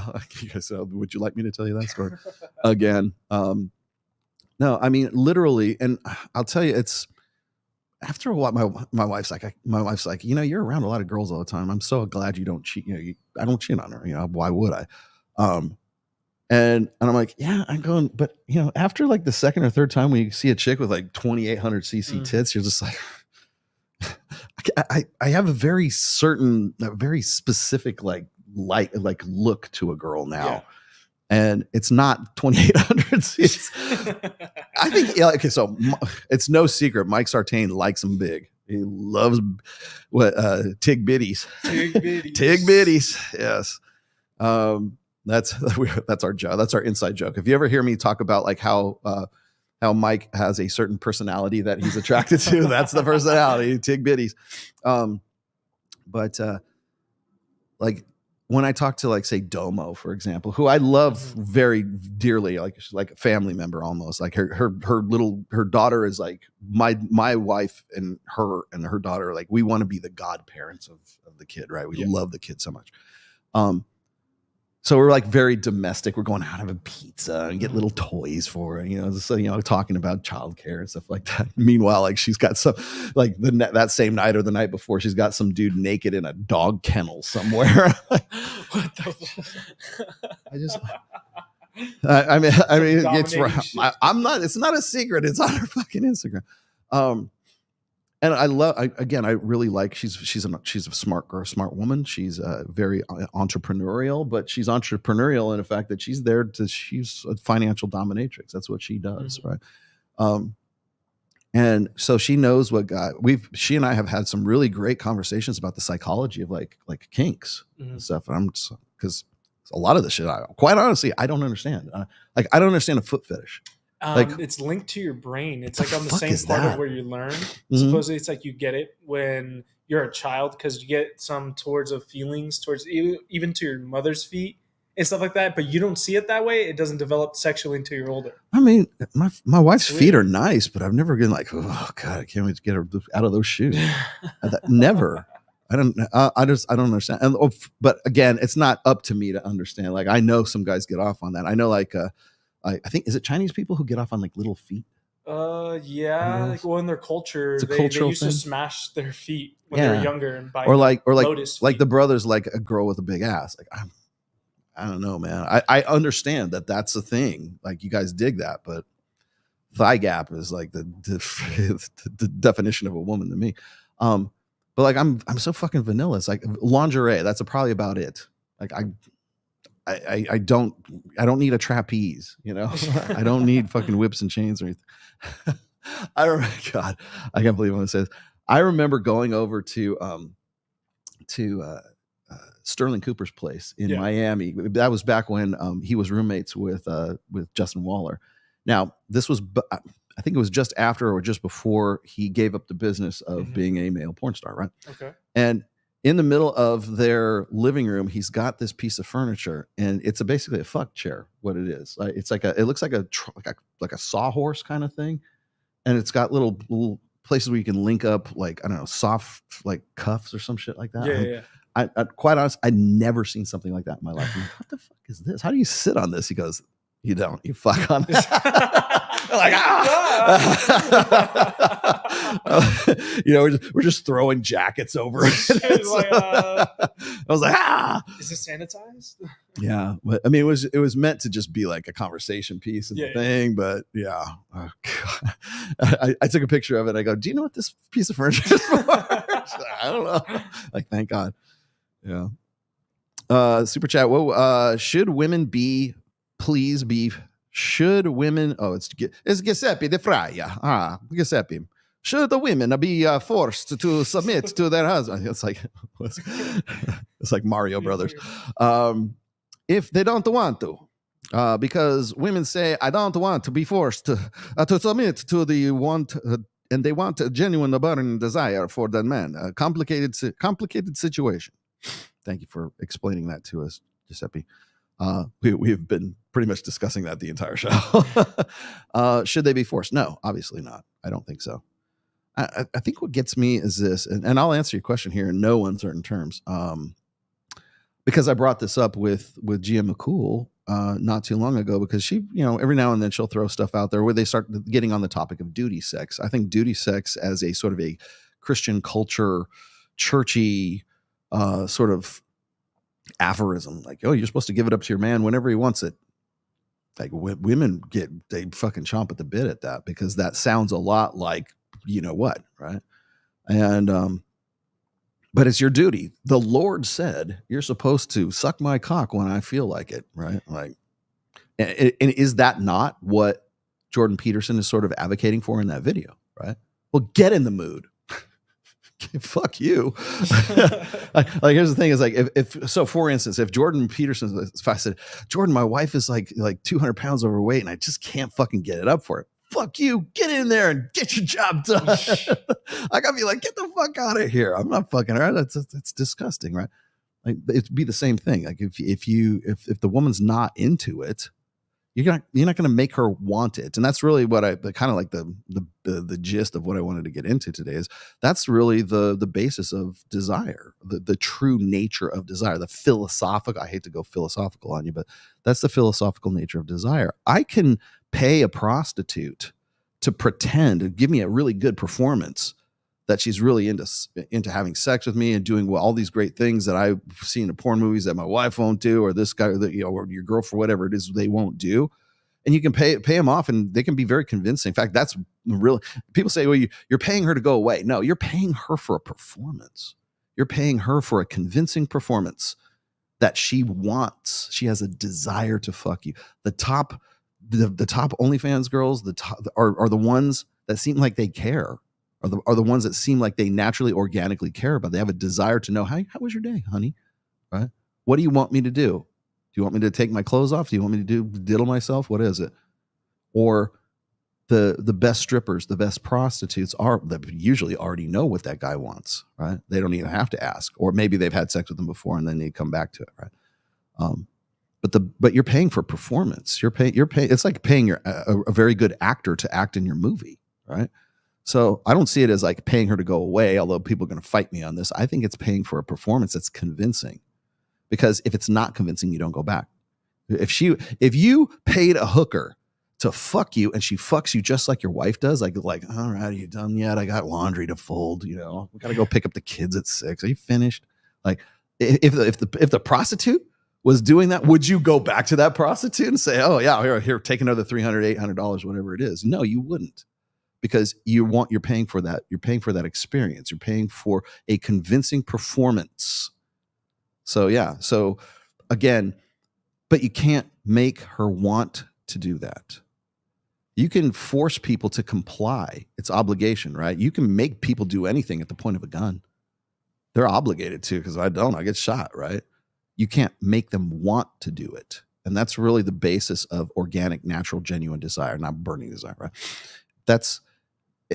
You can apply that to sex, but you can apply that to other things too. You can apply that to compliance. You can apply that to your job. You can apply that to, I can go in, if I'm working a 9 to 5, I can go in and say, yeah, I really love my job, my career. Even if I don't, it's a convincing performance.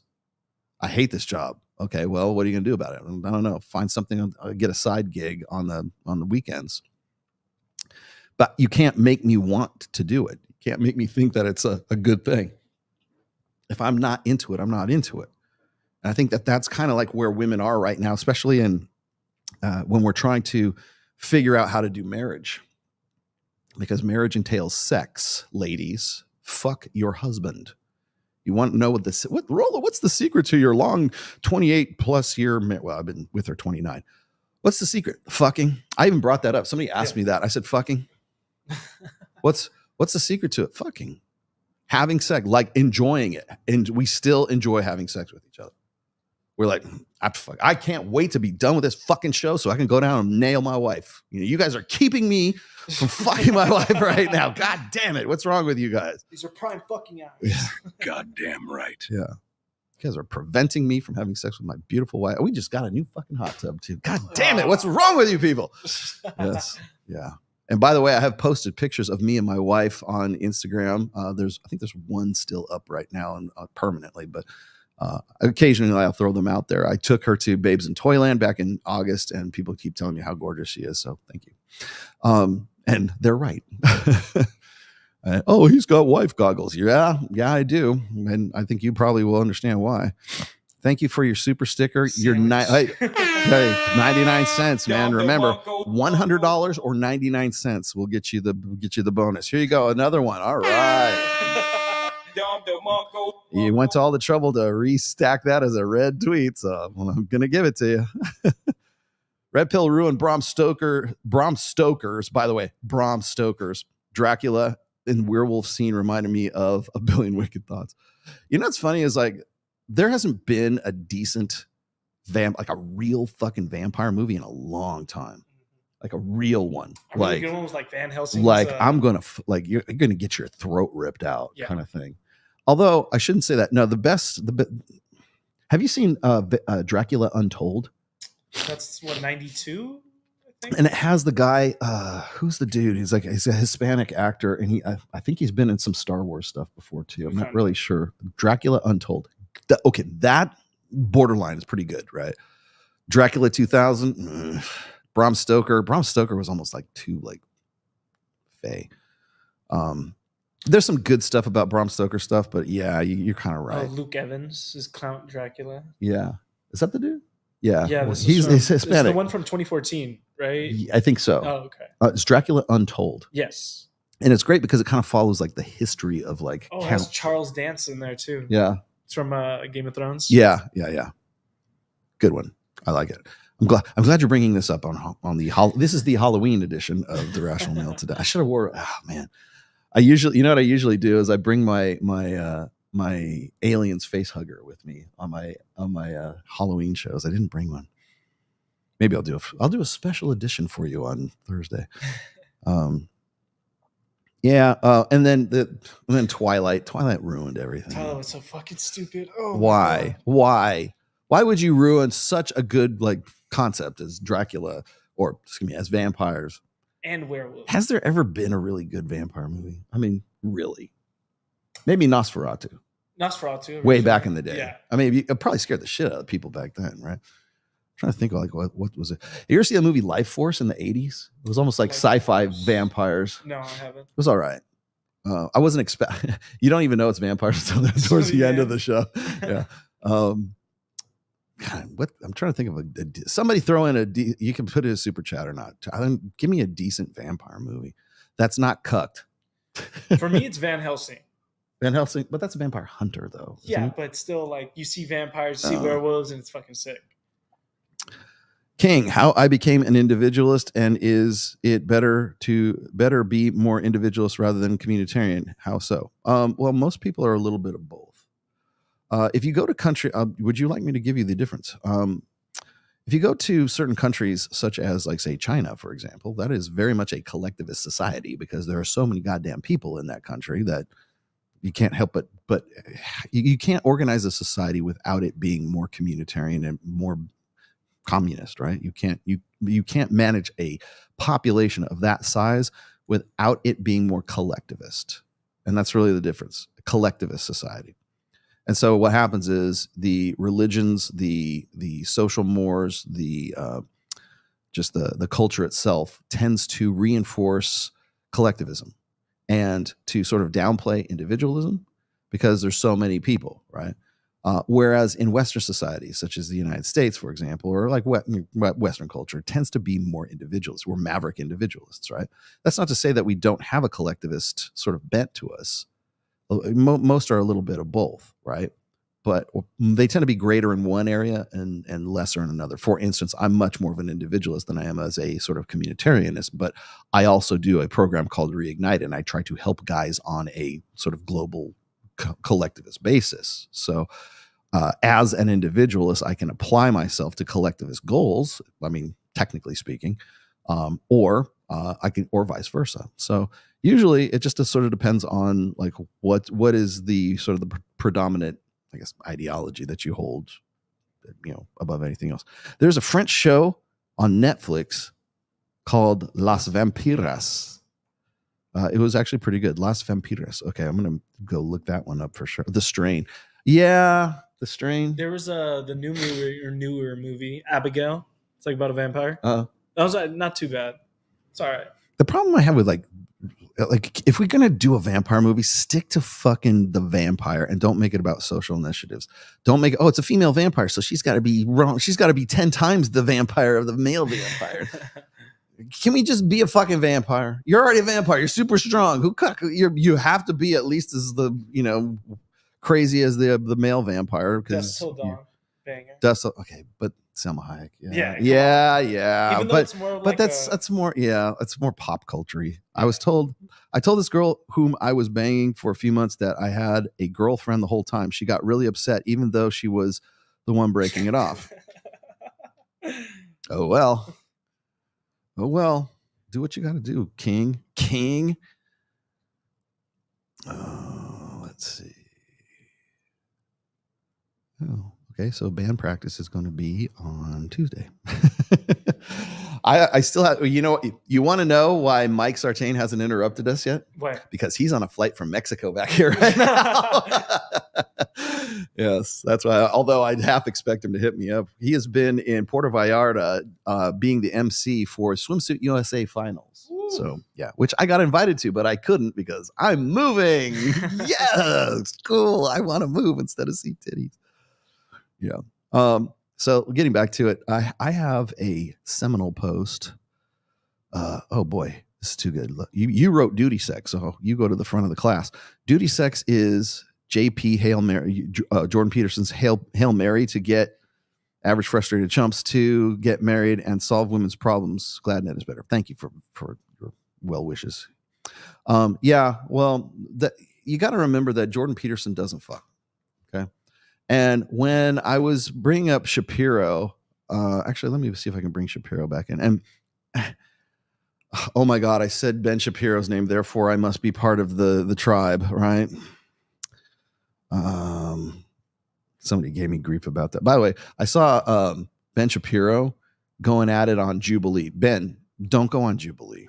Just don't. Like, you are not going to get, it is never going to turn out good for you. Trust me on this.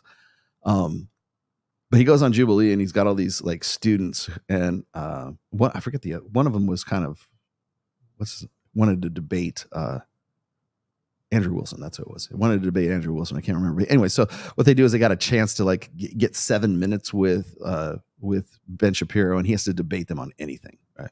And of course, they're already like I'm surprised they didn't have like 3x5 like cue cards to read to him immediately, which was kind of goofy to begin with. But he gets in there, and this one dude sits in the chair, and he's all cocky and stuff, and he's got a beard and everything. It turns out the guy's actually a girl, right? He's just got female parts, and so he starts going off about like, oh, I don't like the way you talk about trans people, blah blah blah blah. And it's just this back and forth, and it looks like Ben is getting owned, and kind of he is. And honestly, if I'd been in that situation, I probably would have handled things different. But really, all he had to do with this guy is just say, look, do you think that we should create global legislation, collective legislation, to accommodate the special needs of a special interest group such as yourself, who represents a fraction of 1%, so small a percentage of the population that it could represent a rounding error? Should we do that? Do we really like, are your individual, very unique, very minute needs, do they outweigh the needs of the many? No, they don't. Please go. Bye. Next stupid kid, please. That's all he would have had to say. He says, the basis of everything I'm saying is pretty much based on just statistical pragmatism. That's all you would have had to stuck to. And it's every time I watch that whole thing, I'm like, this is a conversation between what Ben Shapiro would like to be rationalism, because he has no grasp of this, but his quote unquote Ben Shapiro style rationalism versus the emotionalism of all these dumb college kids. And they come in there and they're smarmy and snotty and they think they're arrogant, and they think they got him on these things. And he's pretty good at dodging stuff. And he's kind of like an eel in the weeds and everything. But really what it is it's like your emotions should not override the rational needs of the many, right? If you believe in sort of this sort of collectivist, egalitarian, great society or something like that, we shouldn't even be having this conversation. We should practically, it's a tough decision to make, I agree, but we should be able to make that tough decision. Of course, I bring this up and people think I'm taking Ben's side. I'm not. I'm just saying would have been a much different conversation had I been a part of this. But the odds are already stacked. It's meant to get the clip. And it's funny to see Ben Shapiro getting wrapped up in his own fucking game. But of course, if I go on there and I say anything that might be slightly interpreted as defending Ben Shapiro, I'm part of the Israeli problem or something. Jesus Christ, man. It's like, give it a fucking rest, man. It's like, paid by AIPAC? There's a Jew under every rock. There's one right here. God, just fucking chill the fuck out. You can actually have conversation without having to bring up the tribes or whatever the fuck you're calling it right now. I can't believe Rollo talked about that. Yeah. I got to you. Thank you very much. So, I want to get back to this really quick quote. I was going to put Ben Shapiro in there for a second. I will in a minute, but I wanted to pull this one up here. This is Chin Bun, otherwise known as Alex Date Psych. If you've seen his picture, you'll know why I call him Chin Bun. People sometimes ask me what the red pill gets right. No, they don't. No one asks you that because you don't care. So the saying, you cannot negotiate genuine desire is probably one of those things. Well, you're goddamn right. And say my name. Thank you. Yes, you realize where that quote comes from. Oh, you don't? Oh, I'll be happy to educate you because I have got it right here on tap. Anyways, it says, however, it seems like the things that the red pill gets right are the things men in the manosphere internalize the least. How so, Chin Bun? An enormous amount of time and discourse is dedicated to what is essentially trying to negotiate genuine desire. Marriage as a contract. Well, technically that is true. As a contract, marriage is negotiating desire. Is it not? That's all basically, that's Jordan, his mentor. That's all Jordan B. Peterson talks about is negotiating fucking desire. So it's not just those red pill guys. It's the guy that you want to be in Jordan Peterson, Peterson Academy. Yeah. Have that conversation with JBP before you come at me or you come at those red pill guys, right? Because I will tell you right now, those red pill guys know nothing about this because this is directly quoted from an essay that is now a chapter in my first book, and it's called The Desire Dynamic. And I'm going to read that here for you in just a moment. Okay. Marriage is a contract. Yeah. Well, as a contract. Rollo, how come you're down on marriage? Because marriage as a contract fucking sucks. Marriage as an institution, marriage as a concept of formalizing monogamy, fucking great. If you got somebody who's on board and you've got two team players and they both like sucking and fucking. Yes. Yes. I'm all for 100% for marriage if that's the case. But if we're talking about marriage as a contract, yes, that is negotiating desire. Because in a quote, don't have a problem. Don't come at me. Go after those red pill guys like Rachel Wilson and Gia McCool and whoever else is having that conversation with all this stuff right now, because they're the ones who are debating whether or not a wife should owe a husband sex, because according to the Bible, she does, right? And they'll be the ones to point that out. So really, what it is do you want to be a Christian lady, or do you want to like sort of have sex when you don't feel like it with your guy? Oh, I'll do it for him. What guy wants to hear that? I'll do. You really want it right now? Okay. Gosh. I guess I have to because the Lord said. What? I've posted this on several different occasions, so I'll try to paraphrase it a little bit here. I don't want my wife's submission. I want her deference to my authority for sure, but I don't want submission from her. I don't want my wife to go, okay, well, I guess if you really want to fuck, I guess I don't know. That's not the attitude. Wrong attitude. All right, I guess that leads to starfish sex. That is what I said is you can't negotiate desire, and you have to also, Chin Bun, read the other part of that, which is negotiated desire only ever leads to obligated compliance. That's part of the quote. Sorry, I know you haven't read any of this, but that's actually part of the quote, because it only leads to obligated compliance, and obligated compliance sucks. That's why women don't want to fuck their husbands, because if they have to do it on a regular basis, often enough, they hate sex with their husbands. Like ladies, it's not that he has a porn addiction. It's not that he's checking out other chicks. It has nothing to do with it. It's the fact that your attitude towards sex isn't based on genuine desire. Like, people kept telling me, like, Rollo, how many times a month do you have, or how many times a week do you have sex with your wife? If I said once a week, but if I said, like, people will go, oh my God, I can't believe that. Doesn't Rollo Tomasi have sex like every other day? No, I don't want sex every other day. I only want sex when my wife is like fucking so horny that she can't keep her fucking hands off of me. I want to be able to walk in that door and she goes, God damn, I'm so glad you're home because I really want to fuck you right now. Like, that's what I'm talking about. Genuine burning desire. That I want that. I don't want submission, because submission is a negotiation of desire.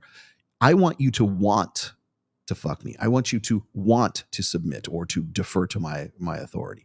I want there to be a desire to do that, because I can't make her desire that. I can certainly lead her in that direction.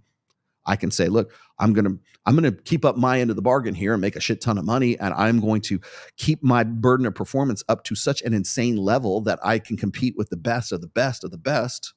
I can rub shoulders with fucking, Justin Waller and get invited on he gets invited on The Bachelorette, and I can go and do what I do with the Access Vegas and fucking Babes in Toyland. I can do all that stuff, and it requires me to keep up such an insane level of intensity. I only want that same level of intensity in the bedroom. Can I have that? Right? That's it. And by the way, like the girl who said, I want flowers, but I want him to know that he should bring me flowers. I don't have to tell him he would bring me flowers. You know what? You're right. I want sex, and I want it so fucking hot, and I don't want to have to tell you that I want really hot, fucking lustful, visceral, carnal monkey sex with you. And I don't want to have to tell you that. I want you to already fucking know that. And if you don't, you're not getting the fucking flowers. I'm not going to, I wonder if she wants flowers, right? That's not going to occur to me, right? So your need is flowers without having to be told that you want flowers. My need is I want you to have like crazy porn sex with me without me having to tell you that I need crazy fucking monkey porn sex, right? So let's deal. Like if you have that level of desire, you have that level of just like obsession, like bordering on obsession for each other, then you got a really good fucking relationship, right? If your thought, I want to be such a distraction to my wife that she's like, God damn it, I know I had to get to the grocery store today, but all I could think about was just like us, like me riding you to glory. Like that's what I want. That's what I want. I want you to want me. Remember Cheap Trick? Mm-hmm. I need you to need me. I love you to love me. I beg you to beg me. Yeah, that wisdom of the freaking saints, right? Why is that so difficult? Ladies, don't get married if you don't feel that and you don't think you can sustain that for the rest of your life. Don't have sex don't get with the guy. Don't make a lifelong commitment with the guy unless you're driven to distraction by this guy. Unless you're dickmatized. You gotta be dickmatized every fucking time you think about the dude. And if you're not, don't grab his ring and put it on. Don't do it. Marriage is a contract. Yes, you're right. Number 2, repealing no-fault divorce. I don't think I've ever said anything about repealing no-fault divorce. I don't think it's tenable. I have explained how no-fault divorce came to be. In fact, I've debated Andrew Wilson on that. Andrew Wilson thinks that, well, I don't know if he does anymore. Maybe he doesn't. That no-fault divorce is really what's led to the rise of the spike in, or I should say the really abject decline in marriage rates. And I pointed out the fact that the rise of no-fault divorce, or let's just say the standardization of no-fault divorce, was really as a result of the hormonal birth control, the spike in divorces that came after that, and the court systems being inundated with those divorces in a sort of a post-sexual revolution era, and the free love era, and Woodstock and all the boomers and everything like that. But it was conservative Republican Ronald Reagan, who was the governor of California in 1968, who ratified no-fault divorce because it streamlined. There were so many divorces coming through. They said, we got to do something about that. Okay, not your fault, nobody's fault. And then state by state by state by state, they all adopted it.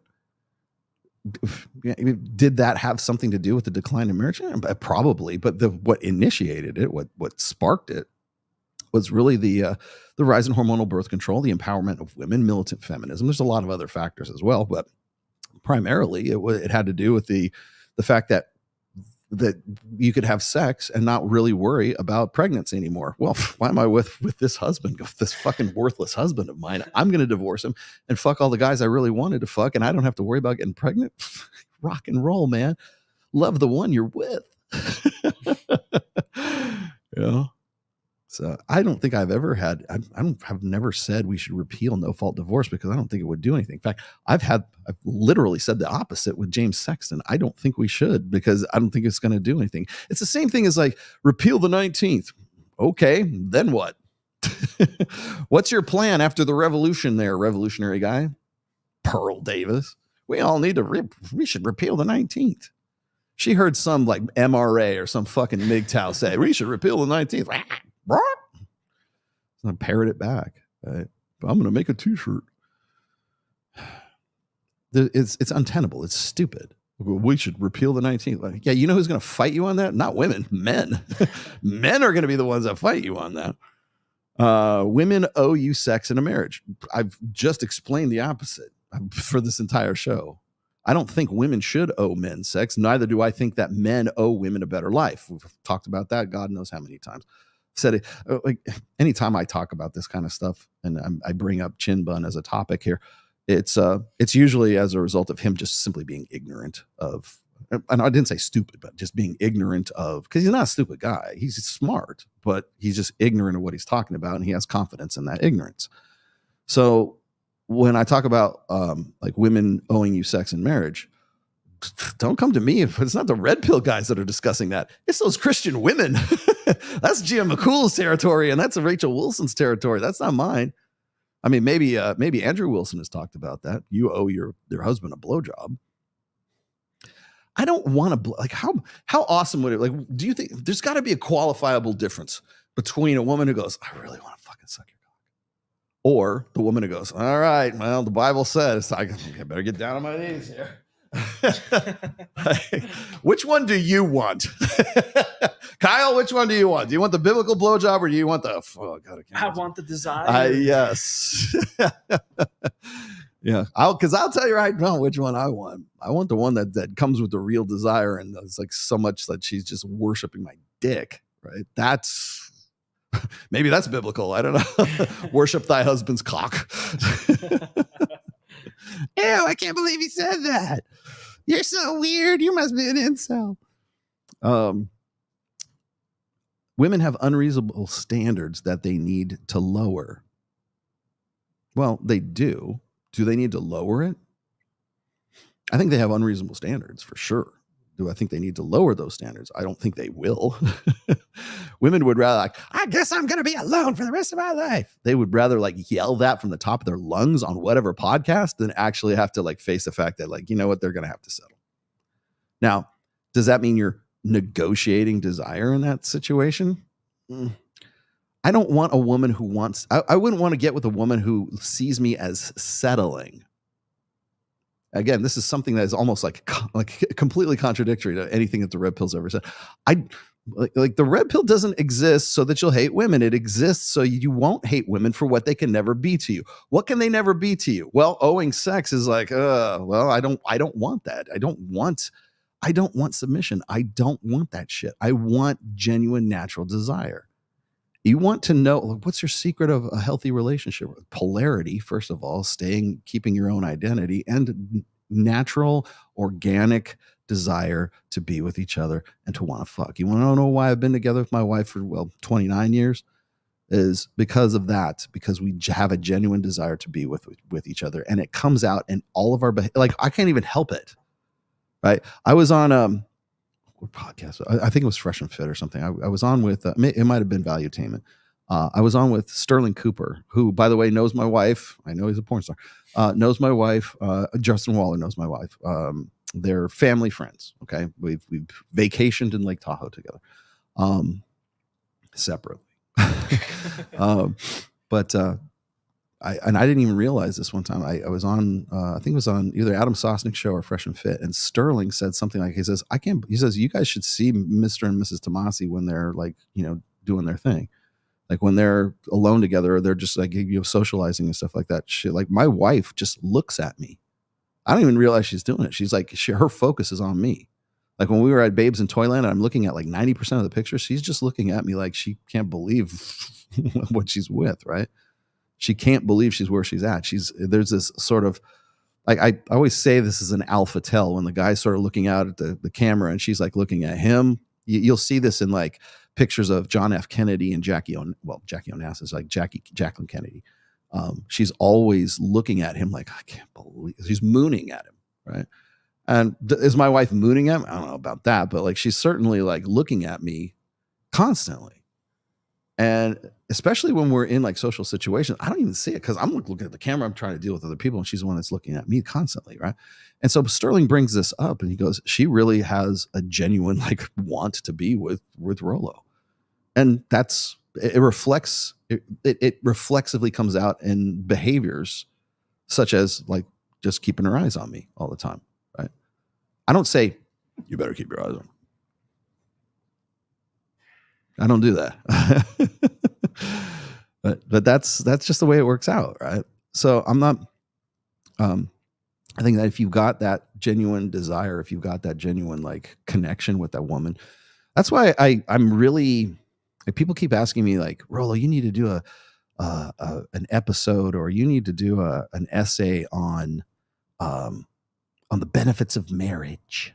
It's usually like guys like Ruslan or something, like some religious guy. You know, you command a wide audience, Rollo. It's your duty, it's your responsibility to really buff out marriage, because we need to get the fertility rate up and save the West and have more white babies, right? And I'm just like, dang, you guys are barking up the wrong tree here. But like the reason why I'm hesitant to do that isn't because I'm like anti this or anti that. It's because I'm just like, I don't want people to think that what I have with my wife is something that they're in particular going to be able to achieve, right? Because they're not me, and whoever their girlfriend is or whoever their girl is isn't my wife. Now, I can tell you what to look for. I can tell you how I do it, but I can't guarantee you that that's like going to be your path to success. So that's why I'm really kind of loath to do that, because even like even now in Reignite and some of the other programs that I'm at, like people keep saying, "Oh, I really love the dynamic between you and Mrs. Tomasi." I'm like, well, I'm happy. Thank you for that. I'm flattered. But I want these guys to create their own lives and create their own good situations for themselves. And it's going to be done on an individual basis and not on some like, cookie cutter of Rollo and Mrs. T. So it's not going to work that way. What else we got here? Women have unreasonable standards that they need to lower. Okay, well, they don't. I don't think I've ever said that they need to lower those standards. I have, however, said this. I have said that women are going to settle no matter what. Now, is that negotiating desire? I don't think so. Not to say that they are going to settle. Ladies, you're going to settle. You're either going to settle for being a spinster and being just sort of like eternally single until your sort of sexual agency sort of taps itself out. Sooner or later, I hope later than sooner. I'm not saying one way. I'm not wishing doom and gloom on you. But I think that you're going to settle no matter what. You're going to settle for a guy who is less than what you think you deserve, or you're just simply going to opt out. You're going to go women going, they're a wig towel. You're going to go your own way, which means spinsterhood, for lack of a better term. You're going to settle. You're going to settle for nothing, or you're going to settle for something, because odds are, statistically speaking, quantitatively speaking, there are fewer like Justin Wallers in the world that you think you're entitled to than there are just average schmoes who might be good fits for you, might actually care about you and want to have a good life with you, and actually would probably love to go off into perpetuity with you. But if you're still hung up on this idea that nothing but the best will do, well, you're going to settle. You're going to settle for less than that, or what you think is beneath you, what you've been conditioned to think is beneath you, or you're just going to settle for nothing at all. And I can hear women right now. I can hear them out there in the probably in the building right now. Like, I don't care. I'm going to live a life of solitude. Fuck them. Because they don't want to submit. They don't like it's like last act of defiance, like, fuck it. I'm just going to live my own life alone. I'm going to live alone. It'd be better to live alone than to have to deal with this bullshit. You might be right. You might be right. I've never said women are wrong for feeling that way. I'm just saying that you're going to settle. Let's see. Here are 101 ways to change society so that women stop projecting men. So you think that is a form of negotiating sexual desire.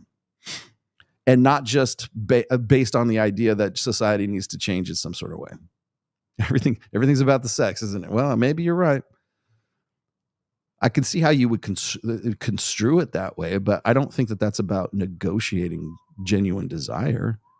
I think that, so here, a lot of these things, a lot of the shit that he's throwing out here, that's based on ignorance, number one. Now, number two is it's based on one premise, that guys are going to try to find some sort of end around to convince women that they ought to be fucking them. And as I said before, no man in the history of planet Earth has ever reasoned a woman into bed. So what would be reasoning? Well, women owe men sex. Well, that goes against the existential fear of women, which is men trying to convince women that they ought to be breeding with them and removing hypergamous choice from that woman. I've said that God knows how many times. The existential fear of women is that they would be forced to have the child of a man who they did not choose. You want to know why grape is such an offensive, invasive, even just concept to women, why it's a criminal act and men will kill other dudes just for even hinting at it? That's why. You want to know why, prearranged marriages are so abhorrent to women today? Because it removes that choice. It removes hypergamy. You want to know why women fight tooth and nail to maintain safe legal abortions? Because of that. It's a fail-safe for bad reproductive choices, which is based on hypergamy, right? What you're choosing, right? Oh, he wasn't the right guy? Fine. Access to hormonal birth control, free hormonal birth control through Planned Parenthood or whatever else it is. Again, finds its root in the existential fear of women, which is they would be forced to have the child of a baby or have a baby of a man that they did not choose. You want to know why, what is it? The mythical city or the mythical world of Gilead in The Handmaid's Tale is such a engrossing narrative for women. It's basically a hate fantasy for feminist women is what it is. The Handmaid's Tale. Why? Because the entire premise of the fantasy of the entire fictional world is based on the existential fear of women. Oh, these are women who are wearing these big red nun hats, whatever the fuck they're wearing, right? And they're essentially being forced to have babies with men that they would not have necessarily chosen organically through the process of, unrestricted sexual marketplace, which is we've gone through this marketplace right here, the sexual freedom side, right? Like that, this is the ideal side, whereas the regulated sexuality side is the mythical city of Gilead in The Handmaid's Tale. Okay. And the reason why it's so popular and it's still such a sort of an immersive world to live in as far as the show is concerned is because it feeds into that fear fantasy. Oh my God, it's a whole society where all of these poor girls have no choice but to have the babies of these men that they would never have chosen were we in a sexual freedom model right there. An unregulated sexual marketplace, right? That's why you'll see all the shit going on with Kamala Harris. That's why everything's about sex. That's why we need to vote for women's choice because the Republicans are going to take it away. You think the Republicans are going to take that shit away? The Republicans like to fuck just as much as anybody else, just as much as liberals do. Trust me on that. We're not going to switch over to a regulated sexuality if Donald Trump gets the presidency. It won't happen. It didn't happen in 2016. Won't happen in 2024. So just fucking get over yourselves and go back to whatever the fuck you were doing before and accept the fucking inevitability of it. So let's see. What else did he say here? But see, that's it. So the whole thing about like 101 ways to change society so that women will stop rejecting men. Well, that's the key word, key note, rejecting men. Why would women reject men? Well, because those are the guys that they don't want to have sex with according to a deregulated sexual freedom, sexual marketplace. Right? And if you're a gamma male and you're making Excel spreadsheets as to why women ought to be having sex with you, guess what you're doing? You're negotiating genuine desire. You know what else? You know what you missed here on your list, though, Alex? Here's what you missed. You missed marriage counseling. Okay, because really that's what marriage counseling is. And again, take this up with your mentor, Dr. Jordan Peterson. Marriage counseling is just last stop before toll. The toll being divorce, right? Because really, what does marriage counseling do? Well, it's supposed to settle issues by negotiating terms of agreements, right? Okay, well, I promise my wife that I'm going to change the baby more. I'm going to do more dishes. I'm going to help out around the house a little bit more. I'm going to do this. I'm going to do this. I'm going to do this. And in return, in reciprocation, she's going to fuck me 3 times a week. That's negotiating real desire, genuine desire. Oh, well, you'll be freed up. This is the concept of the basis of quote unquote chore play, right? If guys did more around the house, women will want to fuck them more. No, they don't. This is just keeping tabs. This is gold stars. This is cookie time for good boy. Okay, you did all of these things on your chore chart, and you got enough gold stars, and now you get a blowjob, and now you get to go hang out and watch hockey in the guest room. Oh, and you did this. Well, now like I wonder what gets you anal. What gets you anal on the gold star? Like how many gold stars? It's got to be a fucking platinum star at that point, right? Because that's all it is. That's negotiating. And again, the reason why this rubs women the wrong way is because it's a formalization of negotiating genuine desire. Again, this is something the Red Pill's talked about for quite some time. And if you want to know where the quote comes from, it comes from my chapter in the book called The Desire Dynamic. All right. What's the last one on here? Oh, 6, getting mad at women for picking and having sex with the men they do have genuine desire for. Okay, well, how is that negotiating? Right? They get mad. Oh, she shouldn't want him. She should want to fuck me. Again, it goes back to, as I said before, the existential fear of women, or for women, which is you want to know why. I'm gonna channel my inner Vox Day, who, by the way, I've been reading quite a bit of lately, and I love him. He's on. You can read Vox Day almost daily now on Substack, and I've been subscribed to him for a while, and it's even better now. But he's been talking about gamma males recently, like this last one right here, getting mad at women for picking and having sex with men they do not have genuine desire for. That is a gamma male trait. That is not a red pill thing whatsoever. In fact, if anything, I have called out the opposite when I get into sociosexual hierarchies, which I would suggest if you really wanted to educate yourself on all this red pill shit, Alex, get involved or get a better, greater understanding of sociosexual hierarchies as defined by Vox Day, Voxday. Because gamma males are these guys who are sort of the bean counters. They're the guys who will go and make Excel spreadsheets and go and put and make polls, Twitter polls, asking women why it is that they want to fuck a guy and they don't want to fuck another guy, or why they're getting rejected and why this guy's getting accepted.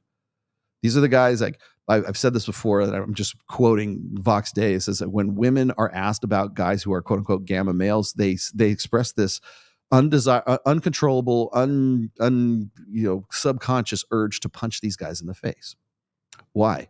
Well, because first of all, they're giving up the game, but also by analyzing all of this stuff, by being, as I said, no man has ever reasoned a woman into bed. Gamma males believe that they can.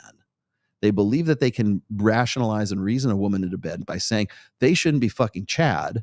They should be fucking me, because here's a 436 bullet point checklist that I mark off all of these, and I'm the perfect guy. I'm the perfect boyfriend. I'd be the perfect father. I'd be the perfect husband. I would be the perfect, we could have 3 dogs. I like Rice Krispies. I like fucking Disneyland, and I want kids. I come from a good family. I'm educated. All these reasons why she should be fucking him, and she wants to fuck Chad. She wants to fuck the hot guy in the foam cannon party. Because it's not about reason, it's about emotion, right? And so in doing so, how women interpret that, all these reasons that have been listed on, in triplicate, the reason why they want to punch those guys in the face is because the guy is essentially saying, you should be having sex with me and breeding with me, and I'm not your choice. That's the existential fear of women, right? To be forced through, in this case, reason, to want to have sex or be expected to have sex with a guy for whom they don't want to have sex with. And also that same dynamic applies to Christian women right now, because, well, if I can't claim to be a believer if I'm not fucking my husband, because it says here in the Bible, in Corinthians and Philippians, whatever the hell it is, that I'm supposed to suck his dick when on demand. I'm supposed to have sex with him when do not deny each other to each other or whatever it is, right? I'm supposed to have sex with him. Well, when I ask ladies, did you have sex with your husband today? I can't believe you asked that. That's horrible. You're weird. You're an incel. Like anything to fucking avoid the question because they don't want to feel like they're obligated to have sex with a guy that they don't want to have sex with. Because that guy is somebody who might get them impregnated and then now they're attached to this guy for a lifetime. That's why. That's the existential fear of women. That's why grape is such a big deal. That is why Handmaid's Tale is a big deal. And that's also why gamma males who count beans and say, I'm the perfect guy, and they literally are, they cater their entire lives to be that perfect guy, and they still can't understand why they want to fuck the hot guy in the foam cannon party and not them. And that's why they want to punch him in the face. And that's what we talk about. That's what the red pill has talked about. You just need to educate yourself, man. You're not that far off, quite honestly, at least on this one. You're not that far off. Socially enforced monogamy. Okay, this, by the way, you might as well take up the whole thing about socially enforced monogamy with Jordan Peterson, because he's the one who popularized that statement. Anyways, it's actually a sociological concept. It's not a Petersonian or a Petersonism. I remember when he got in trouble for saying that. I knew exactly what he was talking about because I think I was actually studying psychology at the time. But socially enforced monogamy is a society that is based on the idea that men and women should properly be monogamous. That's what it is. It's like there are social stigmas and social repercussions for being a player, for being promiscuous. It's not that society, like just literally, you literally don't, it blows me away that you don't know this, because this was popularized by Jordan Peterson. And he got all kinds of shit for it and had to go into like great detail explaining why he said he was on Joe Rogan saying this. He had explained socially enforced monogamy on Joe Rogan's podcast. So it's not a red pill, way of negotiating sex, right?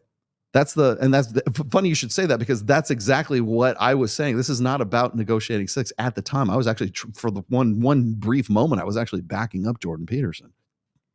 Socially enforced monogamy is a sociological phenomenon. It's not even a psychological phenomenon. It's a sociological phenomenon. And it doesn't mean, again, people interpreted what Jordan Peterson said about socially enforced monogamy as if he was saying women should be forced into monogamy with guys that they don't want to be forced into monogamy with. It's the Handmaid's Tale once again. That's not what he was saying. He was just simply saying that it's a sociological term where monogamy is the norm, and it's anything outside of that is stigmatized. That's what he was getting at. The fact that you don't know this means that you really haven't studied up on Peterson all that well. So those are the things I was getting into when we're talking about the desire dynamic. Now, what is the desire dynamic? I'm glad you asked. I will share my screen. This is actually from my blog, and this is where it originates from, Alex. August 25th, 2011. That's how old this is. You cannot negotiate desire. Look at that, black right there, all the way back from 2011. Wow. It was such a simple time back then. All right, so this is what I wrote, and this is a very short essay, so I won't belabor too much. And if I get a little wordy, it's because it was 2011. All right. This is a very simple principle that most men and the vast majority of women are willfully ignorant of, including Alex. One of the most common personal problems I've been asked advice for the past 10 years, this is when I was on the SoSwap forums, is some variation of how do I get her back? How do I get my girlfriend back? Usually this breaks down into men seeking some methodology to return his relationship to an earlier state where a previously passionate woman couldn't keep her hands off of him. 6 months into the comfortable familiarity and the thrill is gone. But in truth, it's the genuine desire that is gone. It's often at this stage that a man will resort to negotiation, because men are problem solvers, right? We want to find deductive reasons. Let me put myself up here. There we go.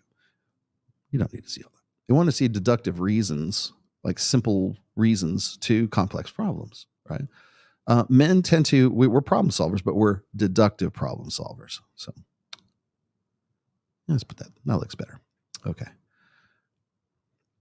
It's often at this stage that the man will resort to negotiation. Sometimes this can be as subtle as him progressively doing things for her in the hopes that she'll reciprocate with the same sexual fervor that they used to have. Other times, a married couple may go to marriage counseling, as I was saying before, that's the part you forgot, to resolve their sex issues and negotiate terms for her sexual compliance. He'll promise to do the dishes and a load of laundry more often in exchange for feigned sexual interest in him, right? Because remember what I said, negotiation only leads to obligated compliance. There you go. Yet no matter what terms are offered, no matter how great an external effort he makes so deserving of reward, the genuine desire is not there for her. In fact, she feels worse for not having the desire after such efforts were made for her compliance. Women tend to feel guilty when a guy starts making efforts. He actually does make some, hey, I'm going to start, and I'm actually going out there, I'm changing the diaper, I'm doing the things you said you wanted me to do, and she still doesn't feel it for him. We went to marriage counseling. We did all these things. We agreed to this. We sat down at the negotiation table, like a hostage negotiation, right? We sat down at the table and we negotiated these things. And I'm supposed to fuck him because he is honestly making an effort. He's doing what he said he was going to do. And I still don't it doesn't make me wet. I still don't want to fuck this guy. Why? Okay. So women tend to feel guilty even when the guy actually has some form of compliance, right? It's because of this. Negotiated desire only ever leads to obligated compliance. This is why duty sex will never fly, especially in the 21st century. Duty sex is a dead end. And again, I brought this up on Pat Campbell's show as late as 2018, I think. I remember, God, I was on there and I remember Carly, was it? I forget her, Carly something. Carly was his producer in Tulsa, Oklahoma. And I remember I said, sex is the glue that holds a relationship together. And God, you could hear this collective gasp in the studio, like, oh, I can't believe you just said that. Right? I'm like, because amongst women want to believe that marriage is more than just fucking. They do. They really want to think that there's something. It's the Bible, or it's God, or it's something else. There's a higher purpose. There's a higher purpose. It's the kids, it's the family, it's the dog in the yard, and it's like, yeah, I'm glad that's important. That is important, but all of that is downstream from you sucking his dick. It really is, and with just wanton, lustful, visceral, carnal, monkey sex abandon. That's what it's so much. You need to fuck him so much that porn doesn't even enter into his brain. You want to have all this important stuff when it comes to, family and grandkids and Thanksgiving dinner and all this love and this going to church and having this nice nuclear family. Oh, that's great. 100% agree with you. Start fucking him. That's all it takes. All it takes. I can't believe he's got a porn addiction. I can, because you're not fucking him.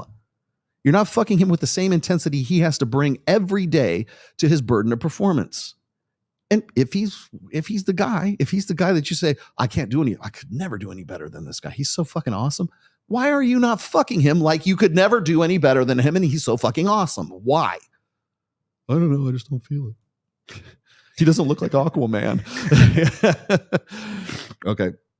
This is why, so negotiated desire only ever leads to obligated compliance. This is why her post-negotiation sexual response is so often so lackluster and the source of even further frustration on his part.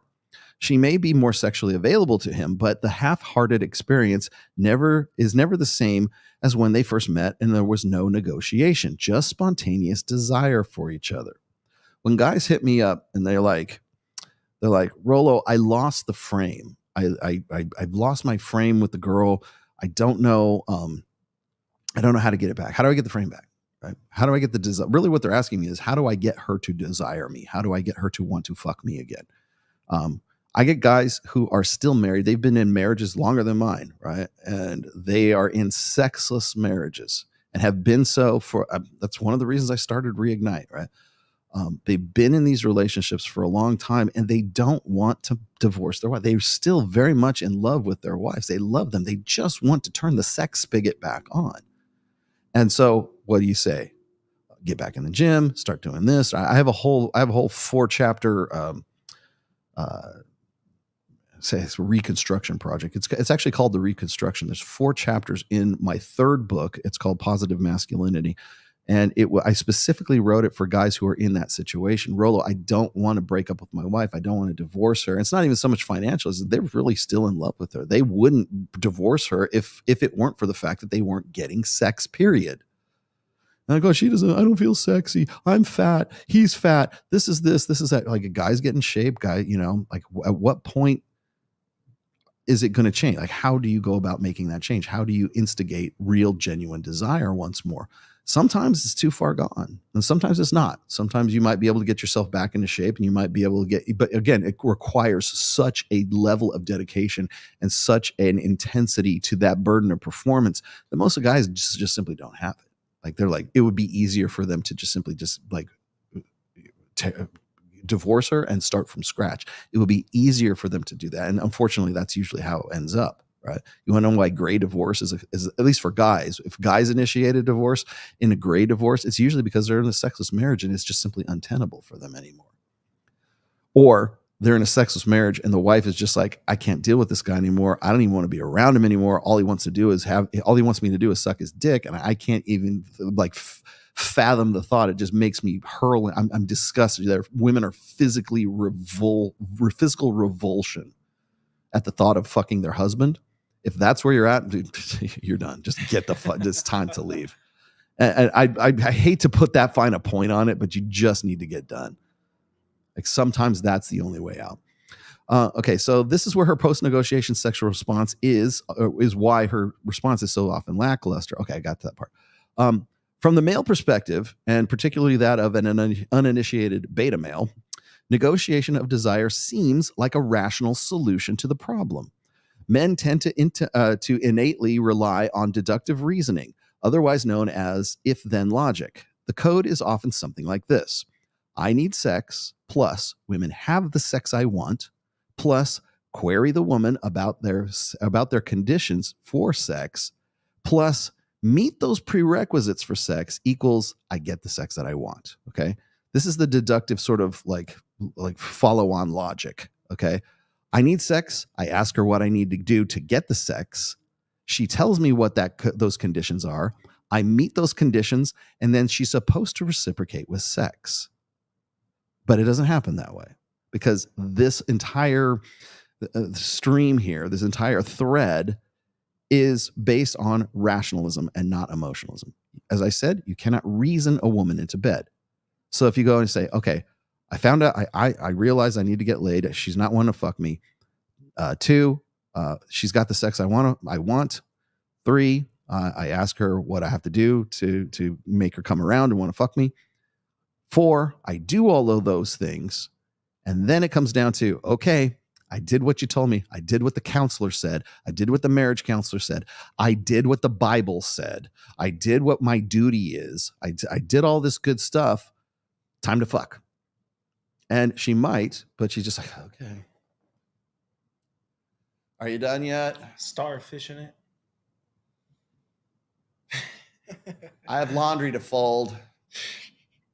You know, the kids are over at my sister's that they're not gonna want to be there that long. Like, did you ever see American Beauty? No. With Kevin Spacey's in it, and I forget the other chick who was in it. There's a scene. I brought this up before. There's a scene in there. It's the infamous couch scene. I've written an essay about that. It's where like Kevin Spacey is in a sexless, sort of loveless marriage with his wife. And this is like right after he got fired from his job, but he got like a $30,000 like severance thing, because he had his employer by the balls. He was blackmailing his employer.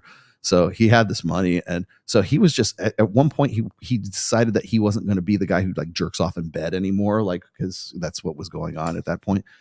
And so he puts the moves on her and she responds. She's like, she reciprocates, like they're about to fuck on the couch and he's got a beer with him. And he's like, he trades in his car and he buys like some like, I don't know, bitchin' Camaro or something like that he wants. And he's like, I wanted it. I've always wanted it and I got it. I am awesome, you know? And so she starts responding to this because he has this sort of character flip. He becomes the husband who fucks, right? And so he starts putting the moves on her on the couch, and she's into it and she's really about it and stuff. And then he's got the beer and he's just about to like spill the beer on the couch.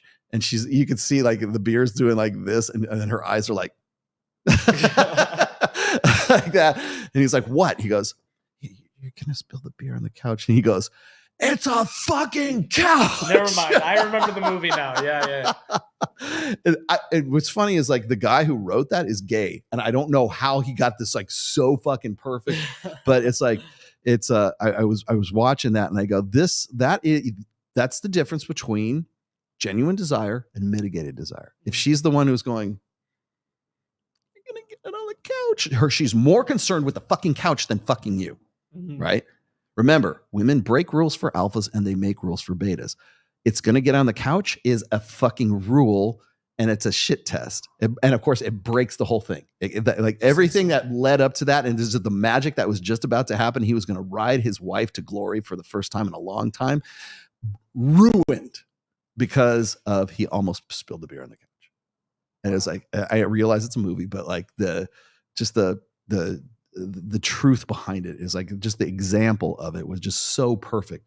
So if you're ever wondering like the difference between negotiated desire, genuine desire is who Kevin Spacey was. And even Kevin Spacey's gay, right? Kevin Spacey was, as far as his, like that character was when he was sort of rekindling that sort of genuine desire in his wife by not doing what she wanted, by being fucking obstinate, right? By being the man. And that's why he got pissed off. It's just a fucking couch, right? And had things gone down differently, they might have still been fucking after that, right? But it didn't, because she was more concerned with the couch than she was with fucking her husband, because there's no genuine desire for the guy, right? And she was just basically, really, it's a shit test to see, is he really like this? Let me see. It's a couch, yeah. Makes sense, right? Let's see. Push me back up there real quick. There we go. Makes sense, right? It's simple economics, but built on a foundation that relies on a woman's accurate self-evaluations. The genuine desire they used to experience at the outset of the relationship was predicated upon a completely unknown set of variables. Okay, this is when you don't know that person as well, right? This is one of the reasons why we have such good sex when we're like not married, when we're like premarital sex. The reason why it's so fucking good is because there's no familiarity there. There's urgency, there's anxiety, but there's not this teddy bear, like, oh, I know what he's all about kind of thing. It's that I think a lot of people don't understand that like hot monkey sex, like the kind of sex that you really want to be having, you know, the kind that you're made aware of by pornography. The reason why that is so engrossing, I think, is because it's based on urgency, and it's based on there is no couch, right? There's only fucking. There's no beer. There's no couch. You don't care about it because, as I said before, women will break rules for alpha males. Breaking a rule would be, I don't care what happens to this couch. I'm fucking this guy. Making rules are the couch, right? Making rules is I need romance. Making rules is you need to do more diapers, you need to do more laundry, you need to wash more dishes, you need to do these things, jump through these hoops, Junior, and you'll get cookie time for good boy. If you are in that position, you are never going to have sex the way you think you're going to have sex. Right? Remember what I said? Like anytime a woman makes you wait for sex is never worth the wait. That's not just for when you're single. That's also for when you're fucking married. Okay. Yeah. So if your woman says, well, I'm not going to have sex with you, I don't want to have, the Lord said you're supposed to fucking do more dishes and do more around the house and be my helper and jump through all these hoops, including all the shit you had to do at work and everything else that you have to do in addition to all your responsibilities, right? But you have to do all this shit. And then I might be in the mood because I'll be relaxed. Like draw a bath for mama. You know, and maybe after I get out of the tub, then I'll want to fuck you. But you got to sprinkle fucking rose petals in it for me, right? All of that stuff, all that shit, all of those rules, all of those things, that's when a woman, that's your wife making rules for you because you're a beta chump. And she knows she's married to a beta chump who will jump through those fucking hoops to get to that pussy, that golden. And you know why it's that golden pussy? Because it's the only one he's ever going to get. It's the only, because now he's married, and to do it, to forsaking all others, man, to do anything else would be a venal sin. To not want to fuck your wife would be a venal sin. Well, what do I got to do to fuck my wife? Well, I really want to have sex. I'm a man. I need to fuck. I want to get after it, right? And I want her. And guys don't want fucking lackluster bullshit sex. They'd rather pay a hooker for a better performance than the one that they get from their wives. What was it? I forget the girl's name. There's a girl on a Substack right now who is a professional escort, and she writes like essays about like her experience of being an escort. And one of them is, does she like deal with married men almost exclusively? In fact, her regular clients are almost all married men. She said at least 90% of them are. And she said there's like a couple different like categories of these guys. Most of them are guys who can't believe they're doing it, and they realize what they're about to do, but they are going to go through with it because they want to fucking have a real decent sexual experience because they've been so deprived from having any kind of sex or having lackluster sex for so long. And then she says, then they get used to it and they come back, right?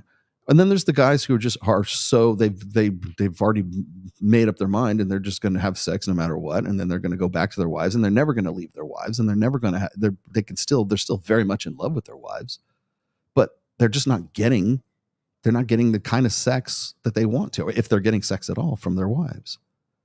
Like it's not fucking brain surgery, man. Ladies, if you're having a problem with your man, fuck him. Fuck him. Like, try it, right? Like, just try it, right? And I'm not saying don't do it I'm telling you to do it if you don't feel like it, but like, why don't you, like, maybe this is a better question. Why don't you feel like fucking him? What is it about him that makes you want to make those rules so that he has to jump through those hoops and obey your rules before he gets the fucking magic hoo-hoo? Like, why? What is it that's prompting you?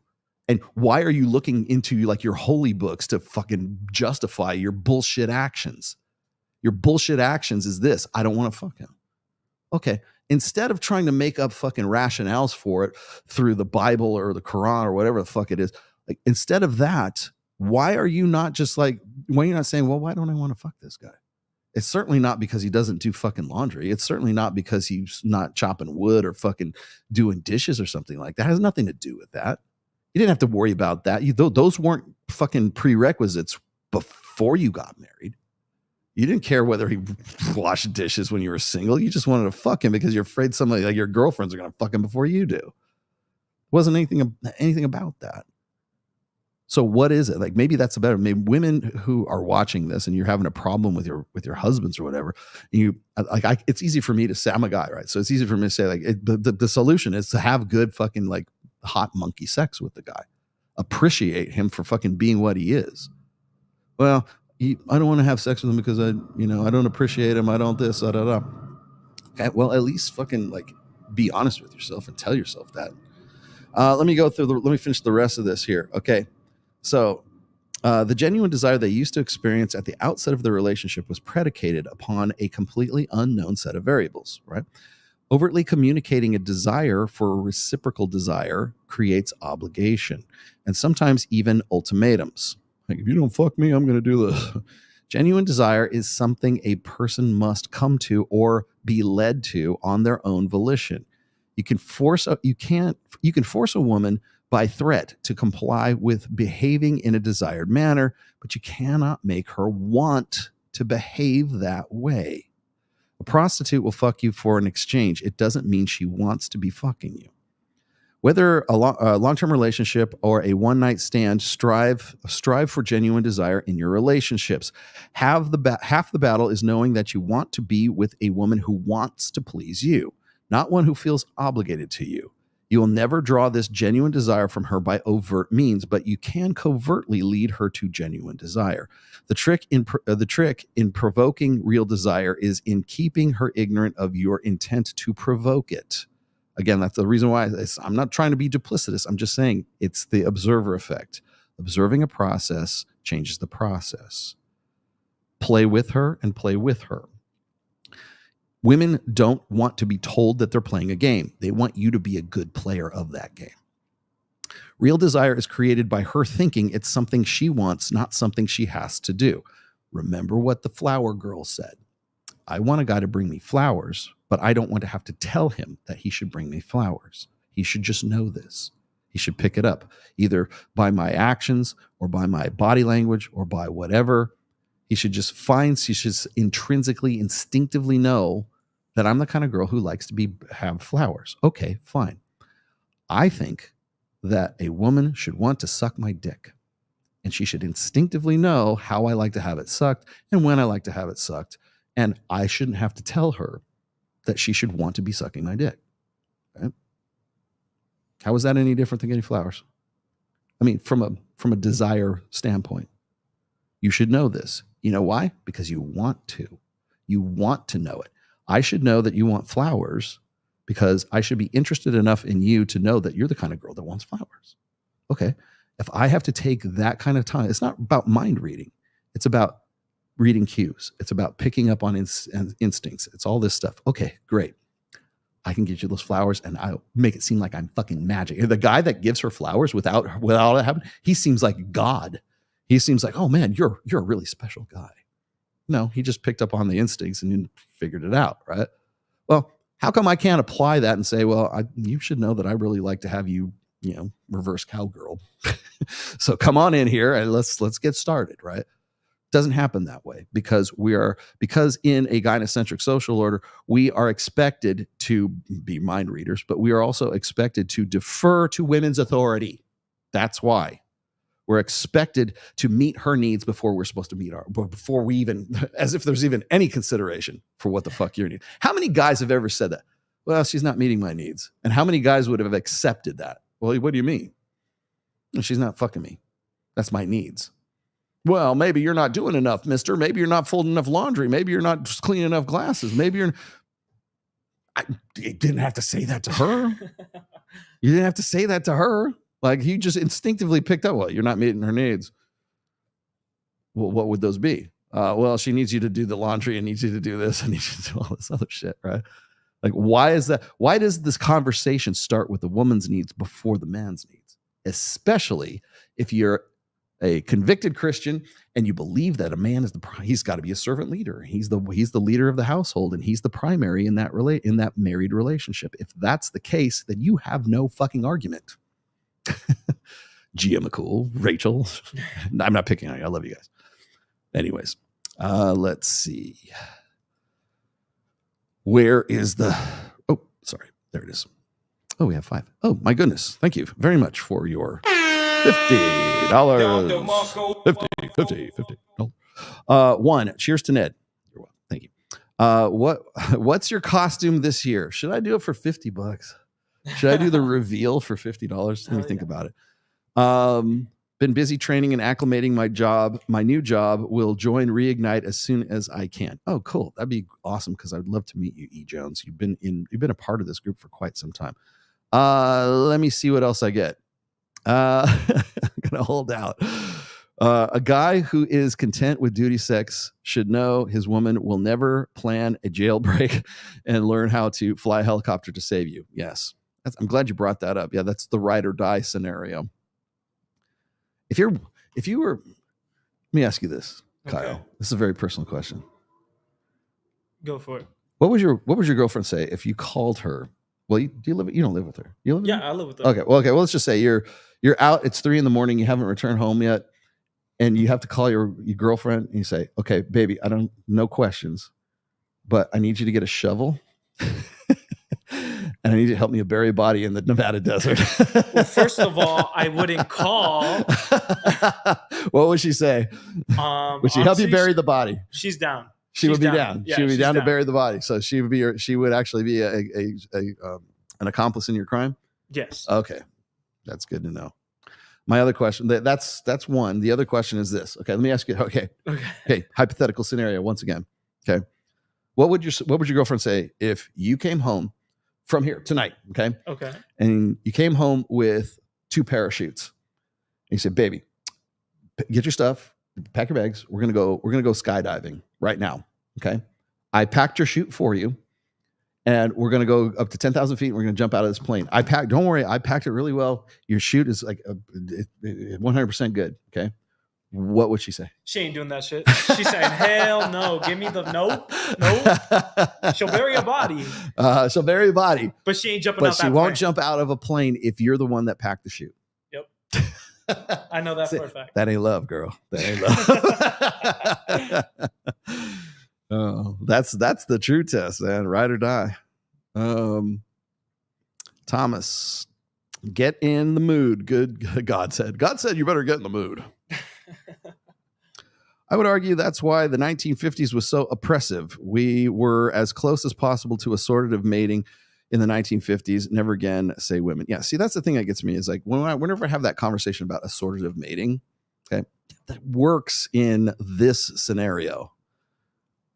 The reason why we have those most of the assortative mating studies are from like the 20th century, and they work in a regulated sexuality. Okay, when women were overwhelmingly financially dependent on men, you can make my problem with assortative mating is it's old school, first of all, and then second of all, it's primarily dependent on a regulated sexuality, and then furthermore. Is the similarities in couples, because I've seen that, I know who's like making these quotes, right? I've seen the studies, and I know that a lot of people say, well, people become more similar in their political ideology when the likes attract likes. I'm like, is that as a result of them being together, or were they like that before? Like, I could tell you, I know this firsthand. Okay. And I hate to sell her out because I love Livy, but the singer, our old singer in Trial of Ascension, Livy, she used to be very, very liberal, very feminist. And like she and I would butt heads all the time, like in the early days of the band, right? But then later on, she stopped and she was much more on board with like what I was saying here on this show, and I'm not really I don't really talk politics all that much. I'm not a political guy so much, but very much like social issues and stuff like that. And she sort of changed her tune. I'm like, what? And then I realized it's because she got into a relationship with this guy who's in the Air Force, and all of his friends are very conservative military guys. And so she started saying, you know what, I've kind of changed my mind about some of the some of those things. I'm like, well, it's assortative mating, right? It happens. It just happens on the fly. It doesn't happen before the fly. So it's like, well, were you more alike before or after?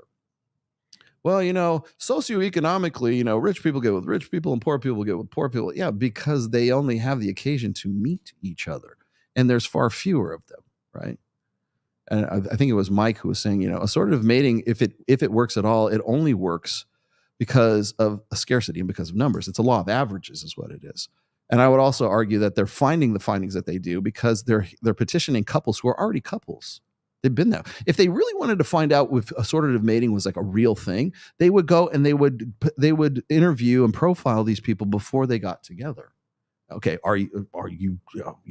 they'll say, I'm looking for, nobody's looking for, like, I would never be looking for like when I was coming up, when I was in my 20s, I wasn't looking, first of all, I was never looking to have a long-term relationship in the first place. It just kind of happened because it was just sort of inevitable when I got with my wife, right?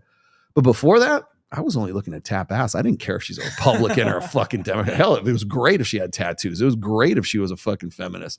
I was happy to fuck feminists back in my 20s, man, because they wanted to fuck, right? Was I on board with that ideology? No. But I didn't care. I was about it, right? It wasn't about fucking assortative this or assortative that. Fuck that. Oh, man. Oh, hey, Donovan Sharp. Donovan Sharp just says, hey, I'm going to be in Vegas from November 4th to the 8th. Oh, cool.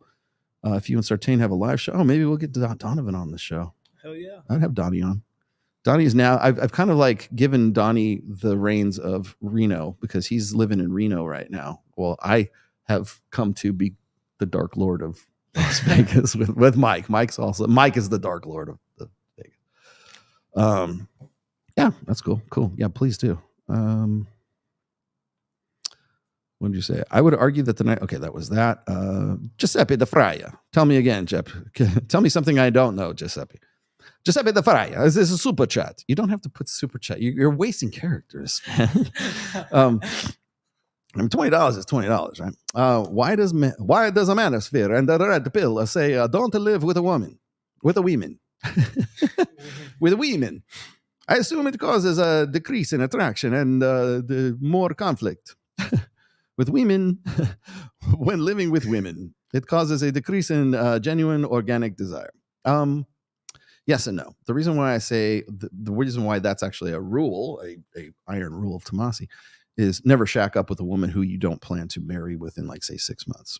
And the reason for that is because when I was writing that rule, and I still think and maybe it's not as pertinent today as it used to be, but the reason I say that is because most of these guys who get into a live-in situation, they'll put their name on a lease. And so, or else they'll bring a woman into their living situation. And when you do that, you lose all power. You lose all maneuverability, because really what it is you don't have the options to, like, go out and fuck other chicks. That's number one. You lose your maneuverability. And you're doing so in a sort of a theoretical trade-off between, like, well, I'm going to get regular sex from this one girl and I really like fucking her a lot, so I'm going to move her in. And like guys they were rationalizing at the time. They say, well, you know, she pays half the rent. I save on the rent, right? They end up paying more rent, but it's their name on the lease. And so really what you're doing is you're kind of confirming for that woman that you are now exclusive with her. By bringing her into your situation. And if you haven't sort of given that any thought, it's kind of stupid to do so. And as I said before, once you get into a relationship with a woman in a live-in situation, all that urgency and all of that, you know, genuine, that genuine hot visceral monkey sex, the urgency that prompted that is no longer there anymore. And, that's why putting a woman into your living situation is probably not a good idea. Not unless you are really ready. You've already sort of cognitively made the decision to say, I'm probably going to marry this chick. So this is just temporary until we actually are married, and then we will live together. I don't think it's every time I have seen this happen, it has never been a good thing. So, Bard Trader, what is this? Have you seen the new studies about brain splitting? No. Oh, you mean when they cut, like, between the cortexes? They finally admitted that the way they teach us makes our right side of our brain to think we have two left brain hemispheres. No, I haven't. I will look that up, though. Brain splitting. Is that like where they, like, because I know that they've done, it's like pretty brutal, but I know that they've, like, done experiments where they cut between the two hemispheres of the brain so they can, like, focus on, like, one takes over the other. I don't know. I am not a neurologist, nor do I play one on the internet, so I don't know. But I'll find out for you. Yes. So, anyways, anything else? What do we got going on here? Where are we at? Oh, we're at the 3, man. Oh, why are you muting me? Oh, that's fine. Yeah. Was I on? I didn't know if I was on. Yeah, just in case an ad or something pops up. Oh, okay, that's fine. I think, what is it? 312. Let me grab. Did I have something else here? Oh, Shapiro. God. Oh, I know why I wanted to do this. This is the last thing. So I want to throw this up here. For 2.5 months before we got engaged. That was pretty funny, actually. Like maybe 2 months in. Actually, so our first date was September 5th, and we got engaged December 22nd. Was she? Okay, this is what a gamma male does. Oh, December 22nd. I bet if you asked his wife what the dates and the times were, she would have no fucking clue. At all surprised? Well, what was really funny is that about mid-November, November 15th, I remember all the dates. November 15th. Mid-November. November 15th. It was the first time I said I love you to my wife, and she said thank you. And that lasted for about a month. That was very Do you think he gives his wife like anniversary cards of the first time he said I love you? What is this for? It's November 15th. This is the first time I said I love you. Awkward month. It's like I'd finish every phone call, I'd be like, love you, sweetheart. Thanks. Bye. So that was real awkward. But the reason she was doing that, and it made sense, is because of what happened next, right? December 15th, she says to me, I love you too. And she knew what was going to happen. She said, then the next words out of my mouth were, okay, let's get married. Like, we're done. Okay, I love you. You love me. We're done. Let's get married. Let's have kids. Let's have a life. This music is so fucking annoying. Together. And she goes, let's just enjoy this time. So I'm not enjoying this time. This is miserable for me. Like, what are you talking about? She like wants to live in the moment. Remember I told you guys like you got to play the game. Like you got to play with her and play with her. This is exposing the game. This is like not, this is what I said. Women don't want to know that they're playing a game. They want you to be a good player of it. Shapiro in no way is a player whatsoever. In fact, he would rather explain like, oh, okay, I don't like this. I want to fucking get to the good part. If you're a religious person dating for marriage, the worst thing is the dating. The dating and the engagement sucks. Like if you're religious. Yeah, because it's an obstacle. Because it's an impediment to getting to the fucking part. Person, then you get to get married, you get to sleep with the person, you get to live with the person, but life, like that's all the rest of this is just delay. So she's like, why don't we enjoy this? I'm like, all the rest of this is just delay. There's romance for you right there. All this is just fucking delay. Delay for what? To the fucking man. You don't understand. I'm not enjoying this at all. This sucks. Like I want to lock this down. We'll be done. It'll be great. This will be over. This period of our life. She was like, well, let's just think about it. A week later, we got engaged. Oh my God. Such romance. Jesus. This is the guy. I'm going to show you something. The reason I gave you that as a preempting here is I've got to show you the rest of this because this is the guy who wants to tell you what real fucking masculinity is. And which is right here. No, not that. No, not that one. Where did it go?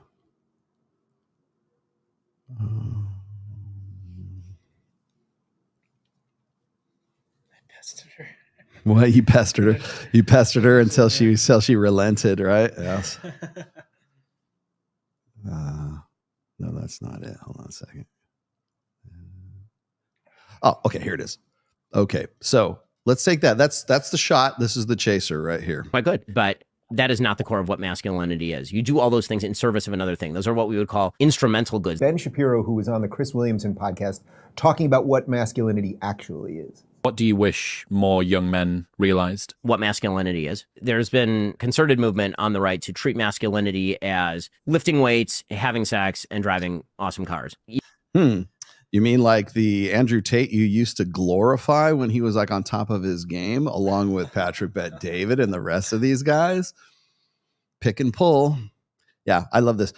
This is the guy who was going to tell you what masculinity is really about, because this is the dude who wanted to get to the good part of this marriage. You can do all of those things, and I'm not saying any of those things are bad. I think in their proper context, all of those things are quite good, but that is not the core of what masculinity is. You do. Does this guy look like he's ever driven a supercar, lifted a weight, or been on his game, or been a fucking like crazy, hustler? All those things in service of another thing. Those are what we would call instrumental goods. They're not inherent goods. They're things that are designed for another thing. You lift weights so that you can be strong, so you can stay healthy for your family. It's an instrumental good. It's not an inherent good. You're not inherently more virtuous because you picked up weights. In the same way that earnings, right? Your income. Okay, so he's making a fundamental error here, and this is the difference between. We were just talking about this a minute ago. This is the difference between individualism versus collectivism, and the idea that you're only improving yourself for the sake of other people.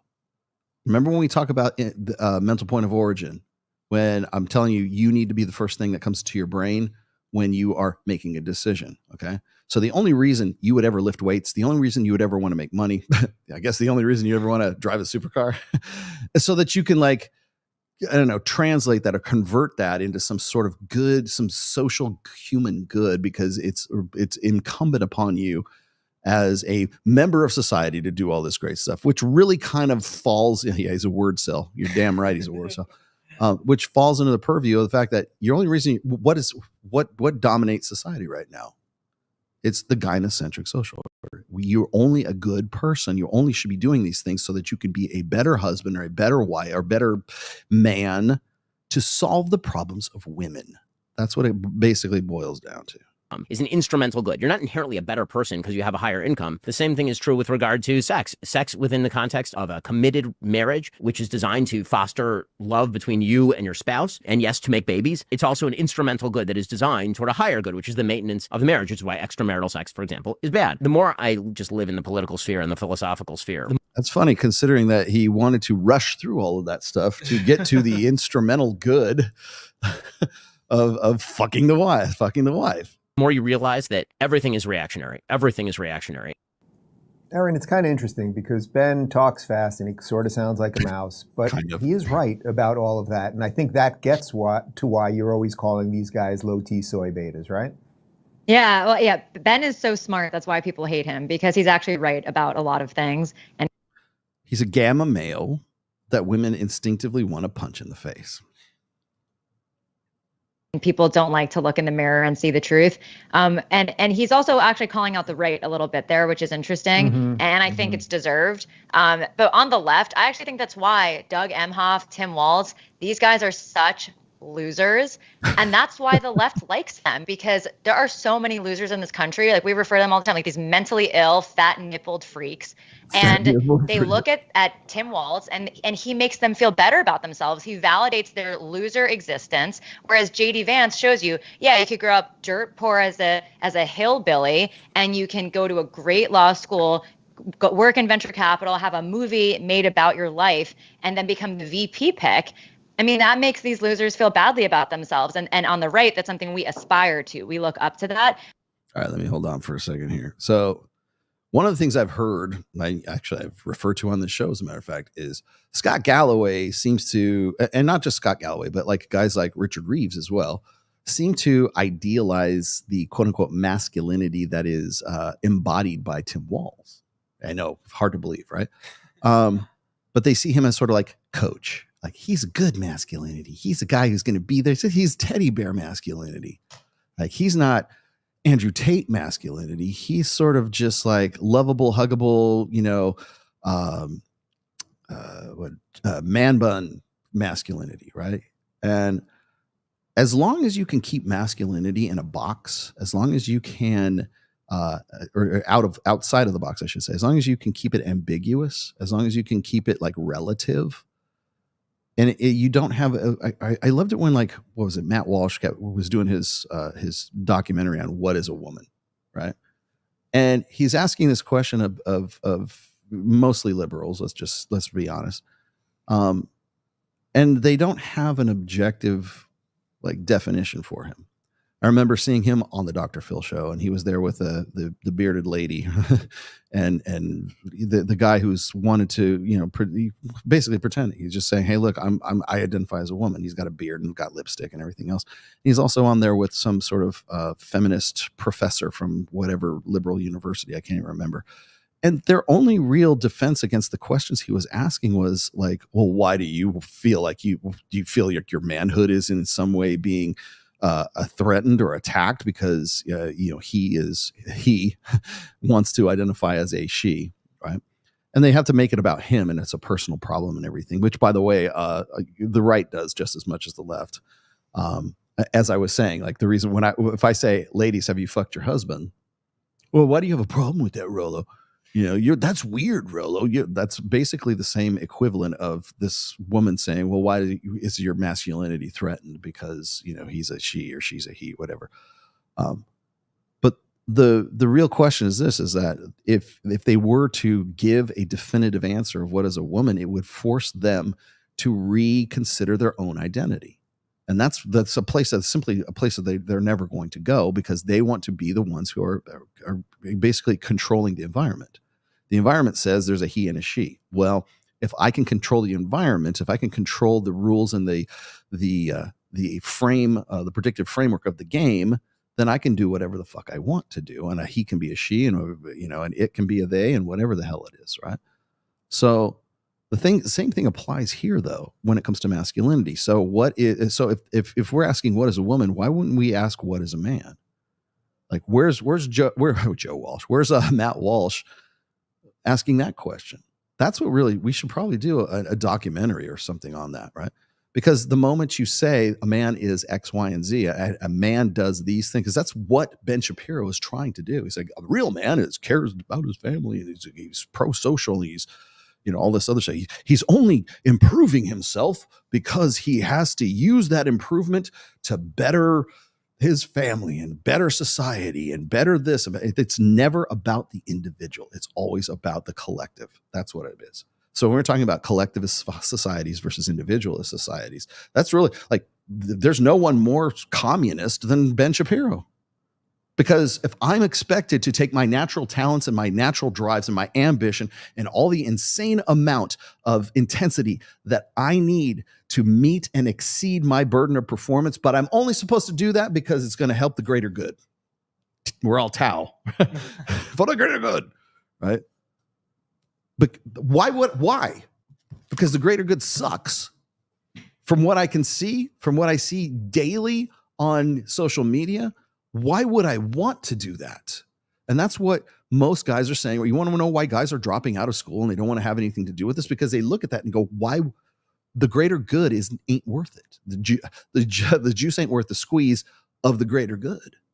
So why would I want to lift weights? Why would I want to make more money? Why would I want to be a badass? Why would I want to be all the good things that I can pick and pull from the Andrew Tate masculinity if all I'm going to do is use them and apply them to a society that could give two fucking shits about me, that expects me to kill myself so that I can fulfill the life plans of a female-centric, gynocentric social order?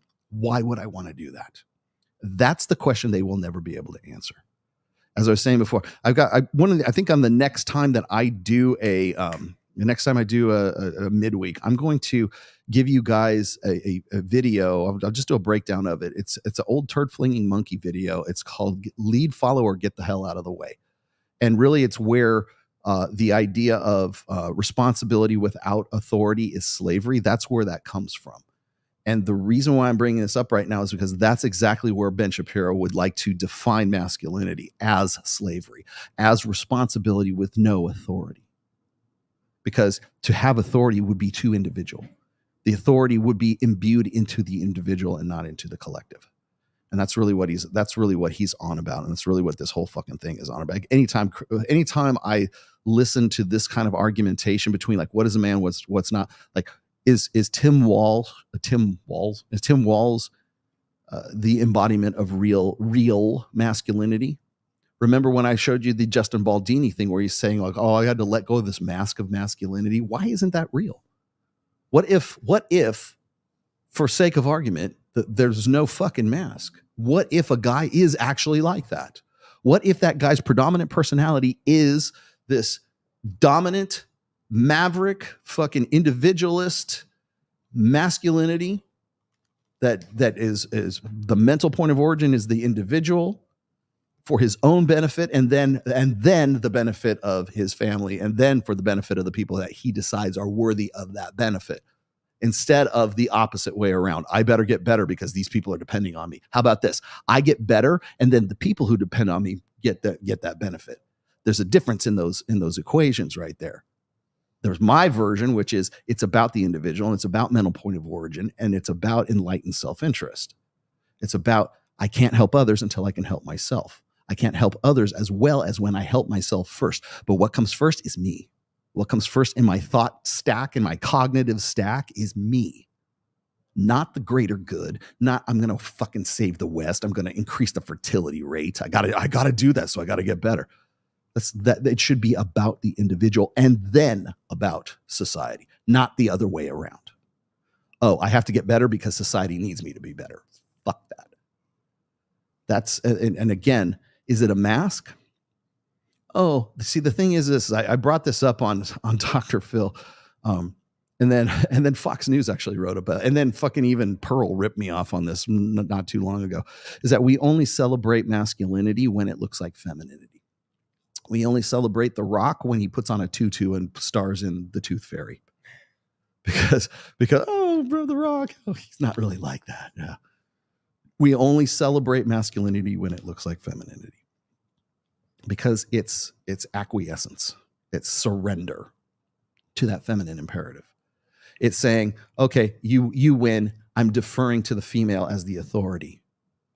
And I'll even humiliate myself to do so. And as long as we're living in that, as long as we can't, well, as long as conservatives won't have that conversation, you're never going anywhere. Tell me all you want about like repealing the 19th and all this other shit. You will never get there until you fundamentally change your mind about like where you fit in your own fucking cognitive stack. And especially with guys like Shapiro who wanted to get to the good part, who is a fucking gamma male to begin with. This is the guy that's going to tell you what your responsibilities are as a real fucking man. Get the fuck out of here, man. Take that fucking shove it up your ass, man. But the left just wants tons of excuses, like, oh, Doug Emhoff like smacked the woman he was dating in the face, and has this like freak child that like that like knits as her living. Yeah, that's relatable to me, and that's why the left likes it, and that's why they hate JD Vance. Phoenix, I think we filed that clip under harsh but true for the archives. Emily, bring up. Yeah, and Dave Rubin, also gay. Us home before we show you one other clip of the Walls family. Okay, I was literally about to say, I think your partner should be a huge reflection of who you are. And I don't know much about Tim Walz. I don't. Okay, why is a conservative woman using the term partner? Need to. I know the way he treated people during COVID. That's really all I need to know is you as a person. As soon as you get a little power, how much you abuse it. But that's what weak feminine men like him do. His wife is a freak. She's a freak. She talks to the voters like they're they are children. I would be insulted if Trump went up there and talked like that. But like I said, they're very dumb, but she is weird. Love it. Good enough. Pull that out. There we go.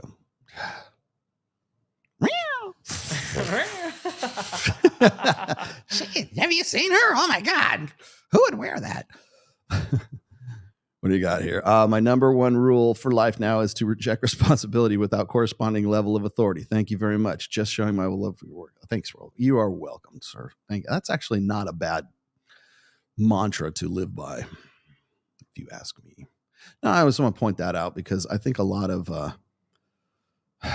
we're going to hear more of this as we move into. I mean, we're already in we're in the last end phases of the election cycle here, and I wanted to point out a few things. We're going to do in case you were wondering, the next show that we're going to do for Access Vegas will be on November 5th. We're going to do and by the way, you're invited. I would probably need you for this too, Kyle, just saying. But we're going to get anywhere between 6 and 8 girls. We're going to do live coverage of the election right here from this table. We will be we've been kind of on a month sabbatical for Access Vegas for the month of October because Mike's been in Puerto Vallarta. We're going to do a Halloween thing. We've been at Babes in Toyland, and he was doing a charity thing as well. So it's like getting things done on a Thursday has been very, very difficult for us. So we will be coming back on November 5th, which will be our election night coverage here. If I can get Jim Kilgore all the way out here, we're going to have him do the play-by-play on the. Yeah. And so here's the America. I'm going to see if we can work something out like that on the big screen here. So we're going to do an election night special, Access Vegas special, and we've been trying to get women who are sort of like, we want to get sort of a liberal / conservative mix at the table. The problem is every girl that's on Access Vegas is very conservative. so finally, like, I'll tell you what, we put out the call and I instantly got a response from Maya, from Maya Allegra. And she was like, I would do this in a heartbeat. I'm like, well, fly out, baby.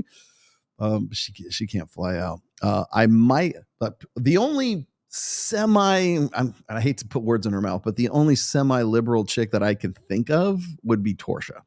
I'm trying to get Tori to come out for this. And if I can get her she's got to be here in a week. So if I can get Tori here, we're going to see if we can do that. But we're looking for some girls who are not just conservative. It's really difficult to find. So we're going to see I think we got 1 or 2 already, but we're going to have anywhere between 6 and 8 girls at the table. Me and Mike will be doing the play-by-play, and we'll stick it out until the election is over. when we're here. And so we'll be doing an Access Vegas on November 5th, which is a Tuesday, which is kind of odd for us, but it's Super Tuesday, right? So we'll be doing that. And then the next Access Vegas will be the following Thursday, which I believe is the 14th. So we'll be doing that. And let's see what else I have going. As far as Reignite is going, we don't have an event for November just set yet, but we will in December. We have the Las Vegas Babes in Toyland, which is the premier event because it is the Toys for Tots one, where we actually what started all of this was Babes in Toyland was Toys for Tots.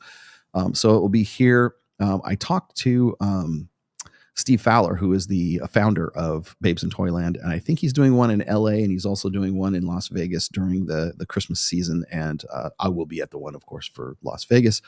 I might even have my wife at that. You can come along too, Kyle, if you want to come to Babes in Toyland.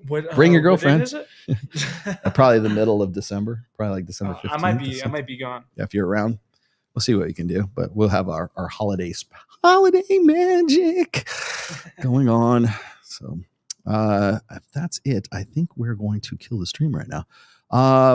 Also, thank you guys for all your concern about Ned. Also, if you're interested in getting like any kind of folk art from my friends at Ravenkelp, the link is the third one down, and which is, of course, this is the shirt. Wait, got to put the others. Let's see if I can see the back side. There you go, close enough. It's really cool stuff. You guys will like this stuff. If you're into Vikings, if you're part of my tribe, I welcome you. Come to my tribe. People ask me, Roll, I thought you were a Christian. I am. I'm just ethnically Danish. So when do we get to pillage? When do we get to pillage? Yes, I know. When we sharpen our axes. Yes. Yeah. So Reignite, if you join the group, there's different levels. E. Jones, sorry to let you know. There's different levels. There's a starting level, there's a mid tier, and there's the Cadillac version of it as well. I do well, you guys already know, I do a Patreon group once a month. That is 2 hours. It's at $200. And you get me exclusively. You can ask questions. We've got 5 guys in the group right now. We're down pretty low. So if you want to join, now's the time to join. I usually cap it about a dozen. So if you want to get in, now's the time to get in. I also do a weekly call for about an hour as part of all of the levels of Reignite. So if you want to get in on that, that comes as part of the membership for Reignite. Reignite is a community. And I have been doing diligently working, courtesy of my friend Kyle here, on we're coming up on the 8th module, which is video modules for each of the subsections for Reignite for guys who are sort of reintegrating themselves back into the sexual marketplace. So you can get those through the Reignite program. I will be finishing module 8 this week, so they will all be done. And then you guys can give me the feedback on what you guys think about everything. But it is a community. We are on School, SKOOL. You can check that out. If you have received, I want to point this out, if you have received a Instagram direct message from a DM from me, it is from my people at Reignite, but I read every single one of those. I'm in on the chat on all of those. So I've had people go, is this really the real Rollo Tomasi? I'm like, yeah, it is. I read that. So I'll respond and say, yes, it's me. We're trying to gauge interest in like what guys really like. How can we better serve you guys? How can this community meet the needs for you guys, what you guys are specifically looking for? A lot of people think, oh, it's the old guys stuff. Well, we're focusing primarily on 40 plus. We were saying 45 to 65, but that was a little bit too specific. So Mike Sartain's Men of Action is really for sort of like 18 all the way up to about like 39, 40. And it's not to say that you can't be older than that, because there's a lot of guys in Reignite who are also part of MOA, because if you join Reignite, you get a membership to MOA. So you're already sort of in the program as it is. That's the beauty of me partnering with MOA. So if you're a seasoned, mature gentleman and you're looking for something that sort of caters to your specifics, then Reignite is definitely for you. It's not just me. It's also Joe Marin. It's also Jim Kilgore, who is our style expert. I'm going to get Aaron Clary involved if I possibly can once he gets back he's in South Dakota. He's a snowbird. He'll be back here in Vegas probably in November. He's sending me joke T-shirts, so I know he'll be a part. He owes me. So I'll get him. Jim Sexton would definitely be a special guest for like when we're doing seminars and stuff about divorce and what you can expect and how to protect yourself, that kind of stuff. And then we also have experts in physical fitness. So we've got whether it's hormone optimization therapy.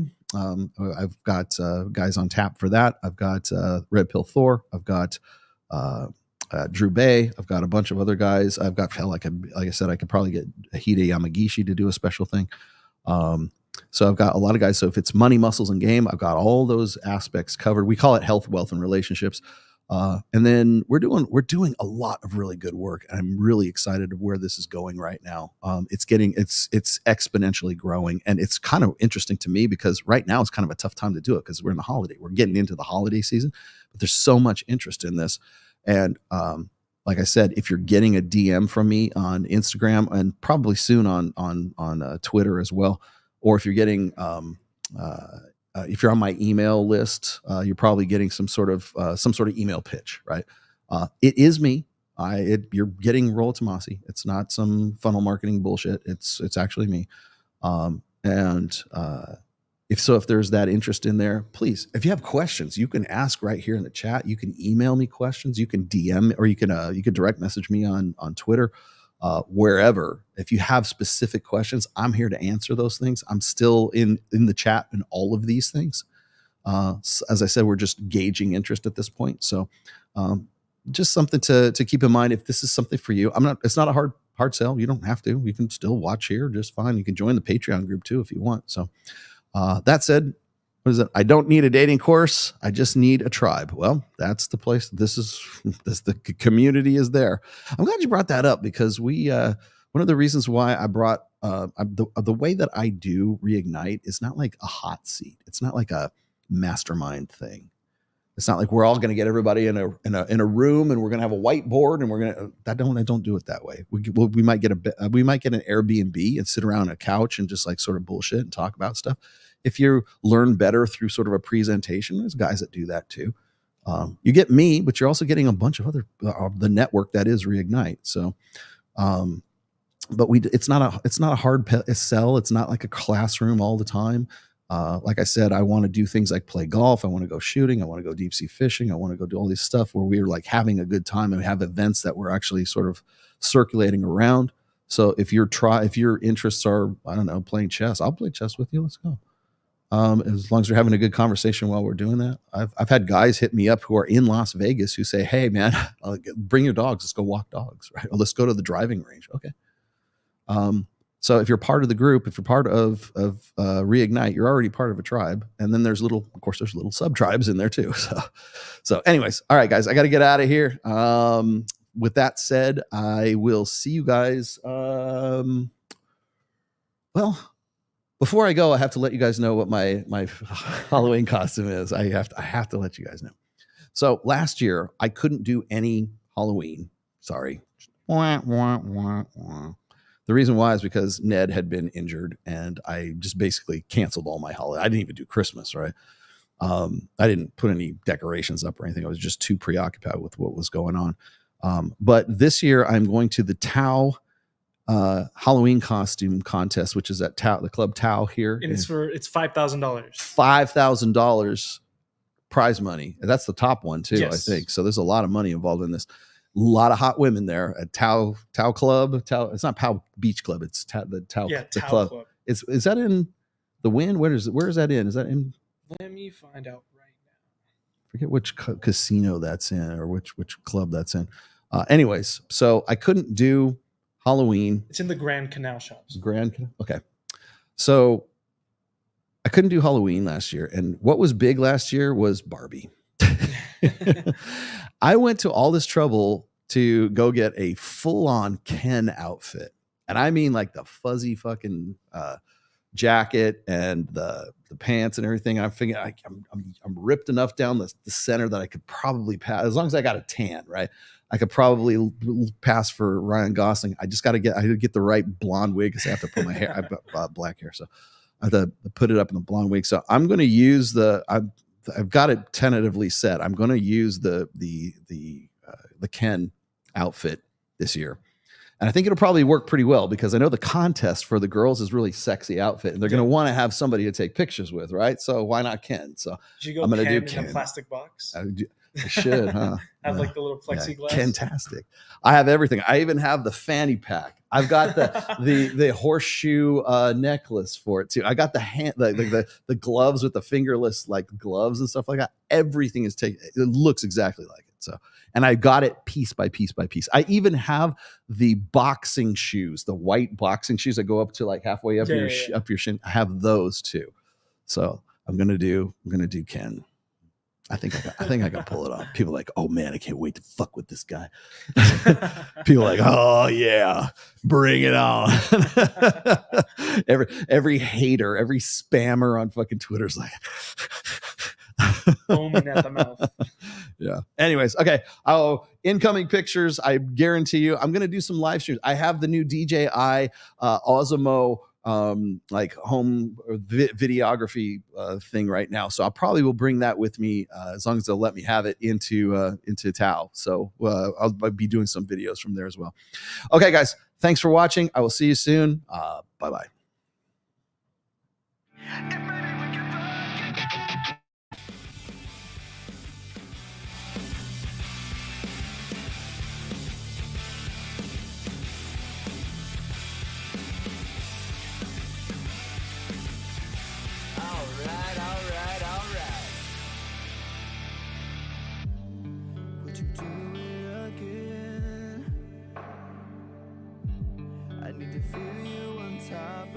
Tell these bitches to go to hell. It was my first time, but I was just a kid when we met and went to bed. It was my first time. What you lose from me? Good day, sir. I've got some new tools. Please do the same. Time came by and went over like a matchbox stereo. Time to get my thoughts now. Ready to go. To keep me up all night. But maybe we can fuck again, and maybe things are different. Goddamn, baby, one more again. Won't you put it on me one more again? I need to know if maybe we can fuck again, then maybe things are different. Goddamn, baby, one more again. You could have the best day of my life.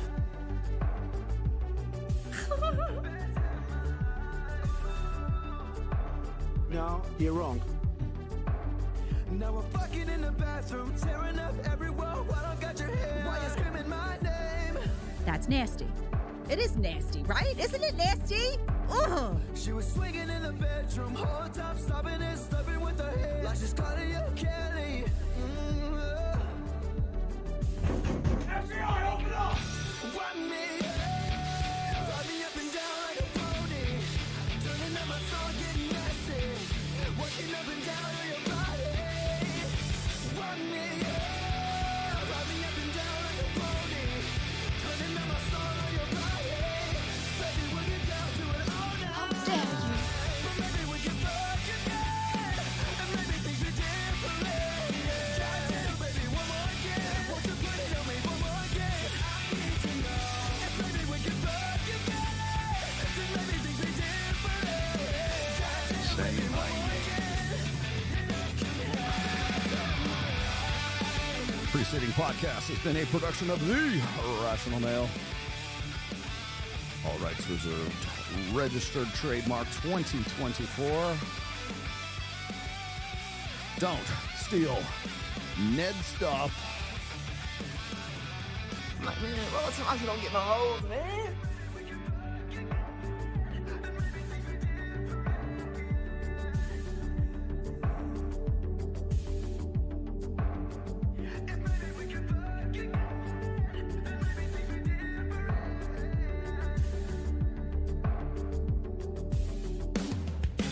Guilty, guilty, guilty, guilty!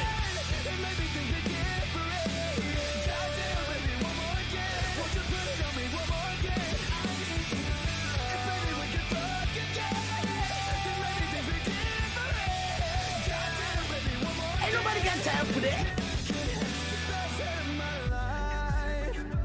I feel like I just took a bath in battery acid.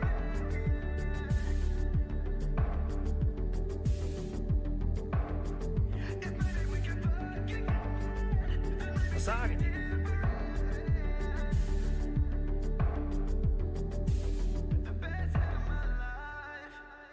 God wants you to have the baby. Definitely not.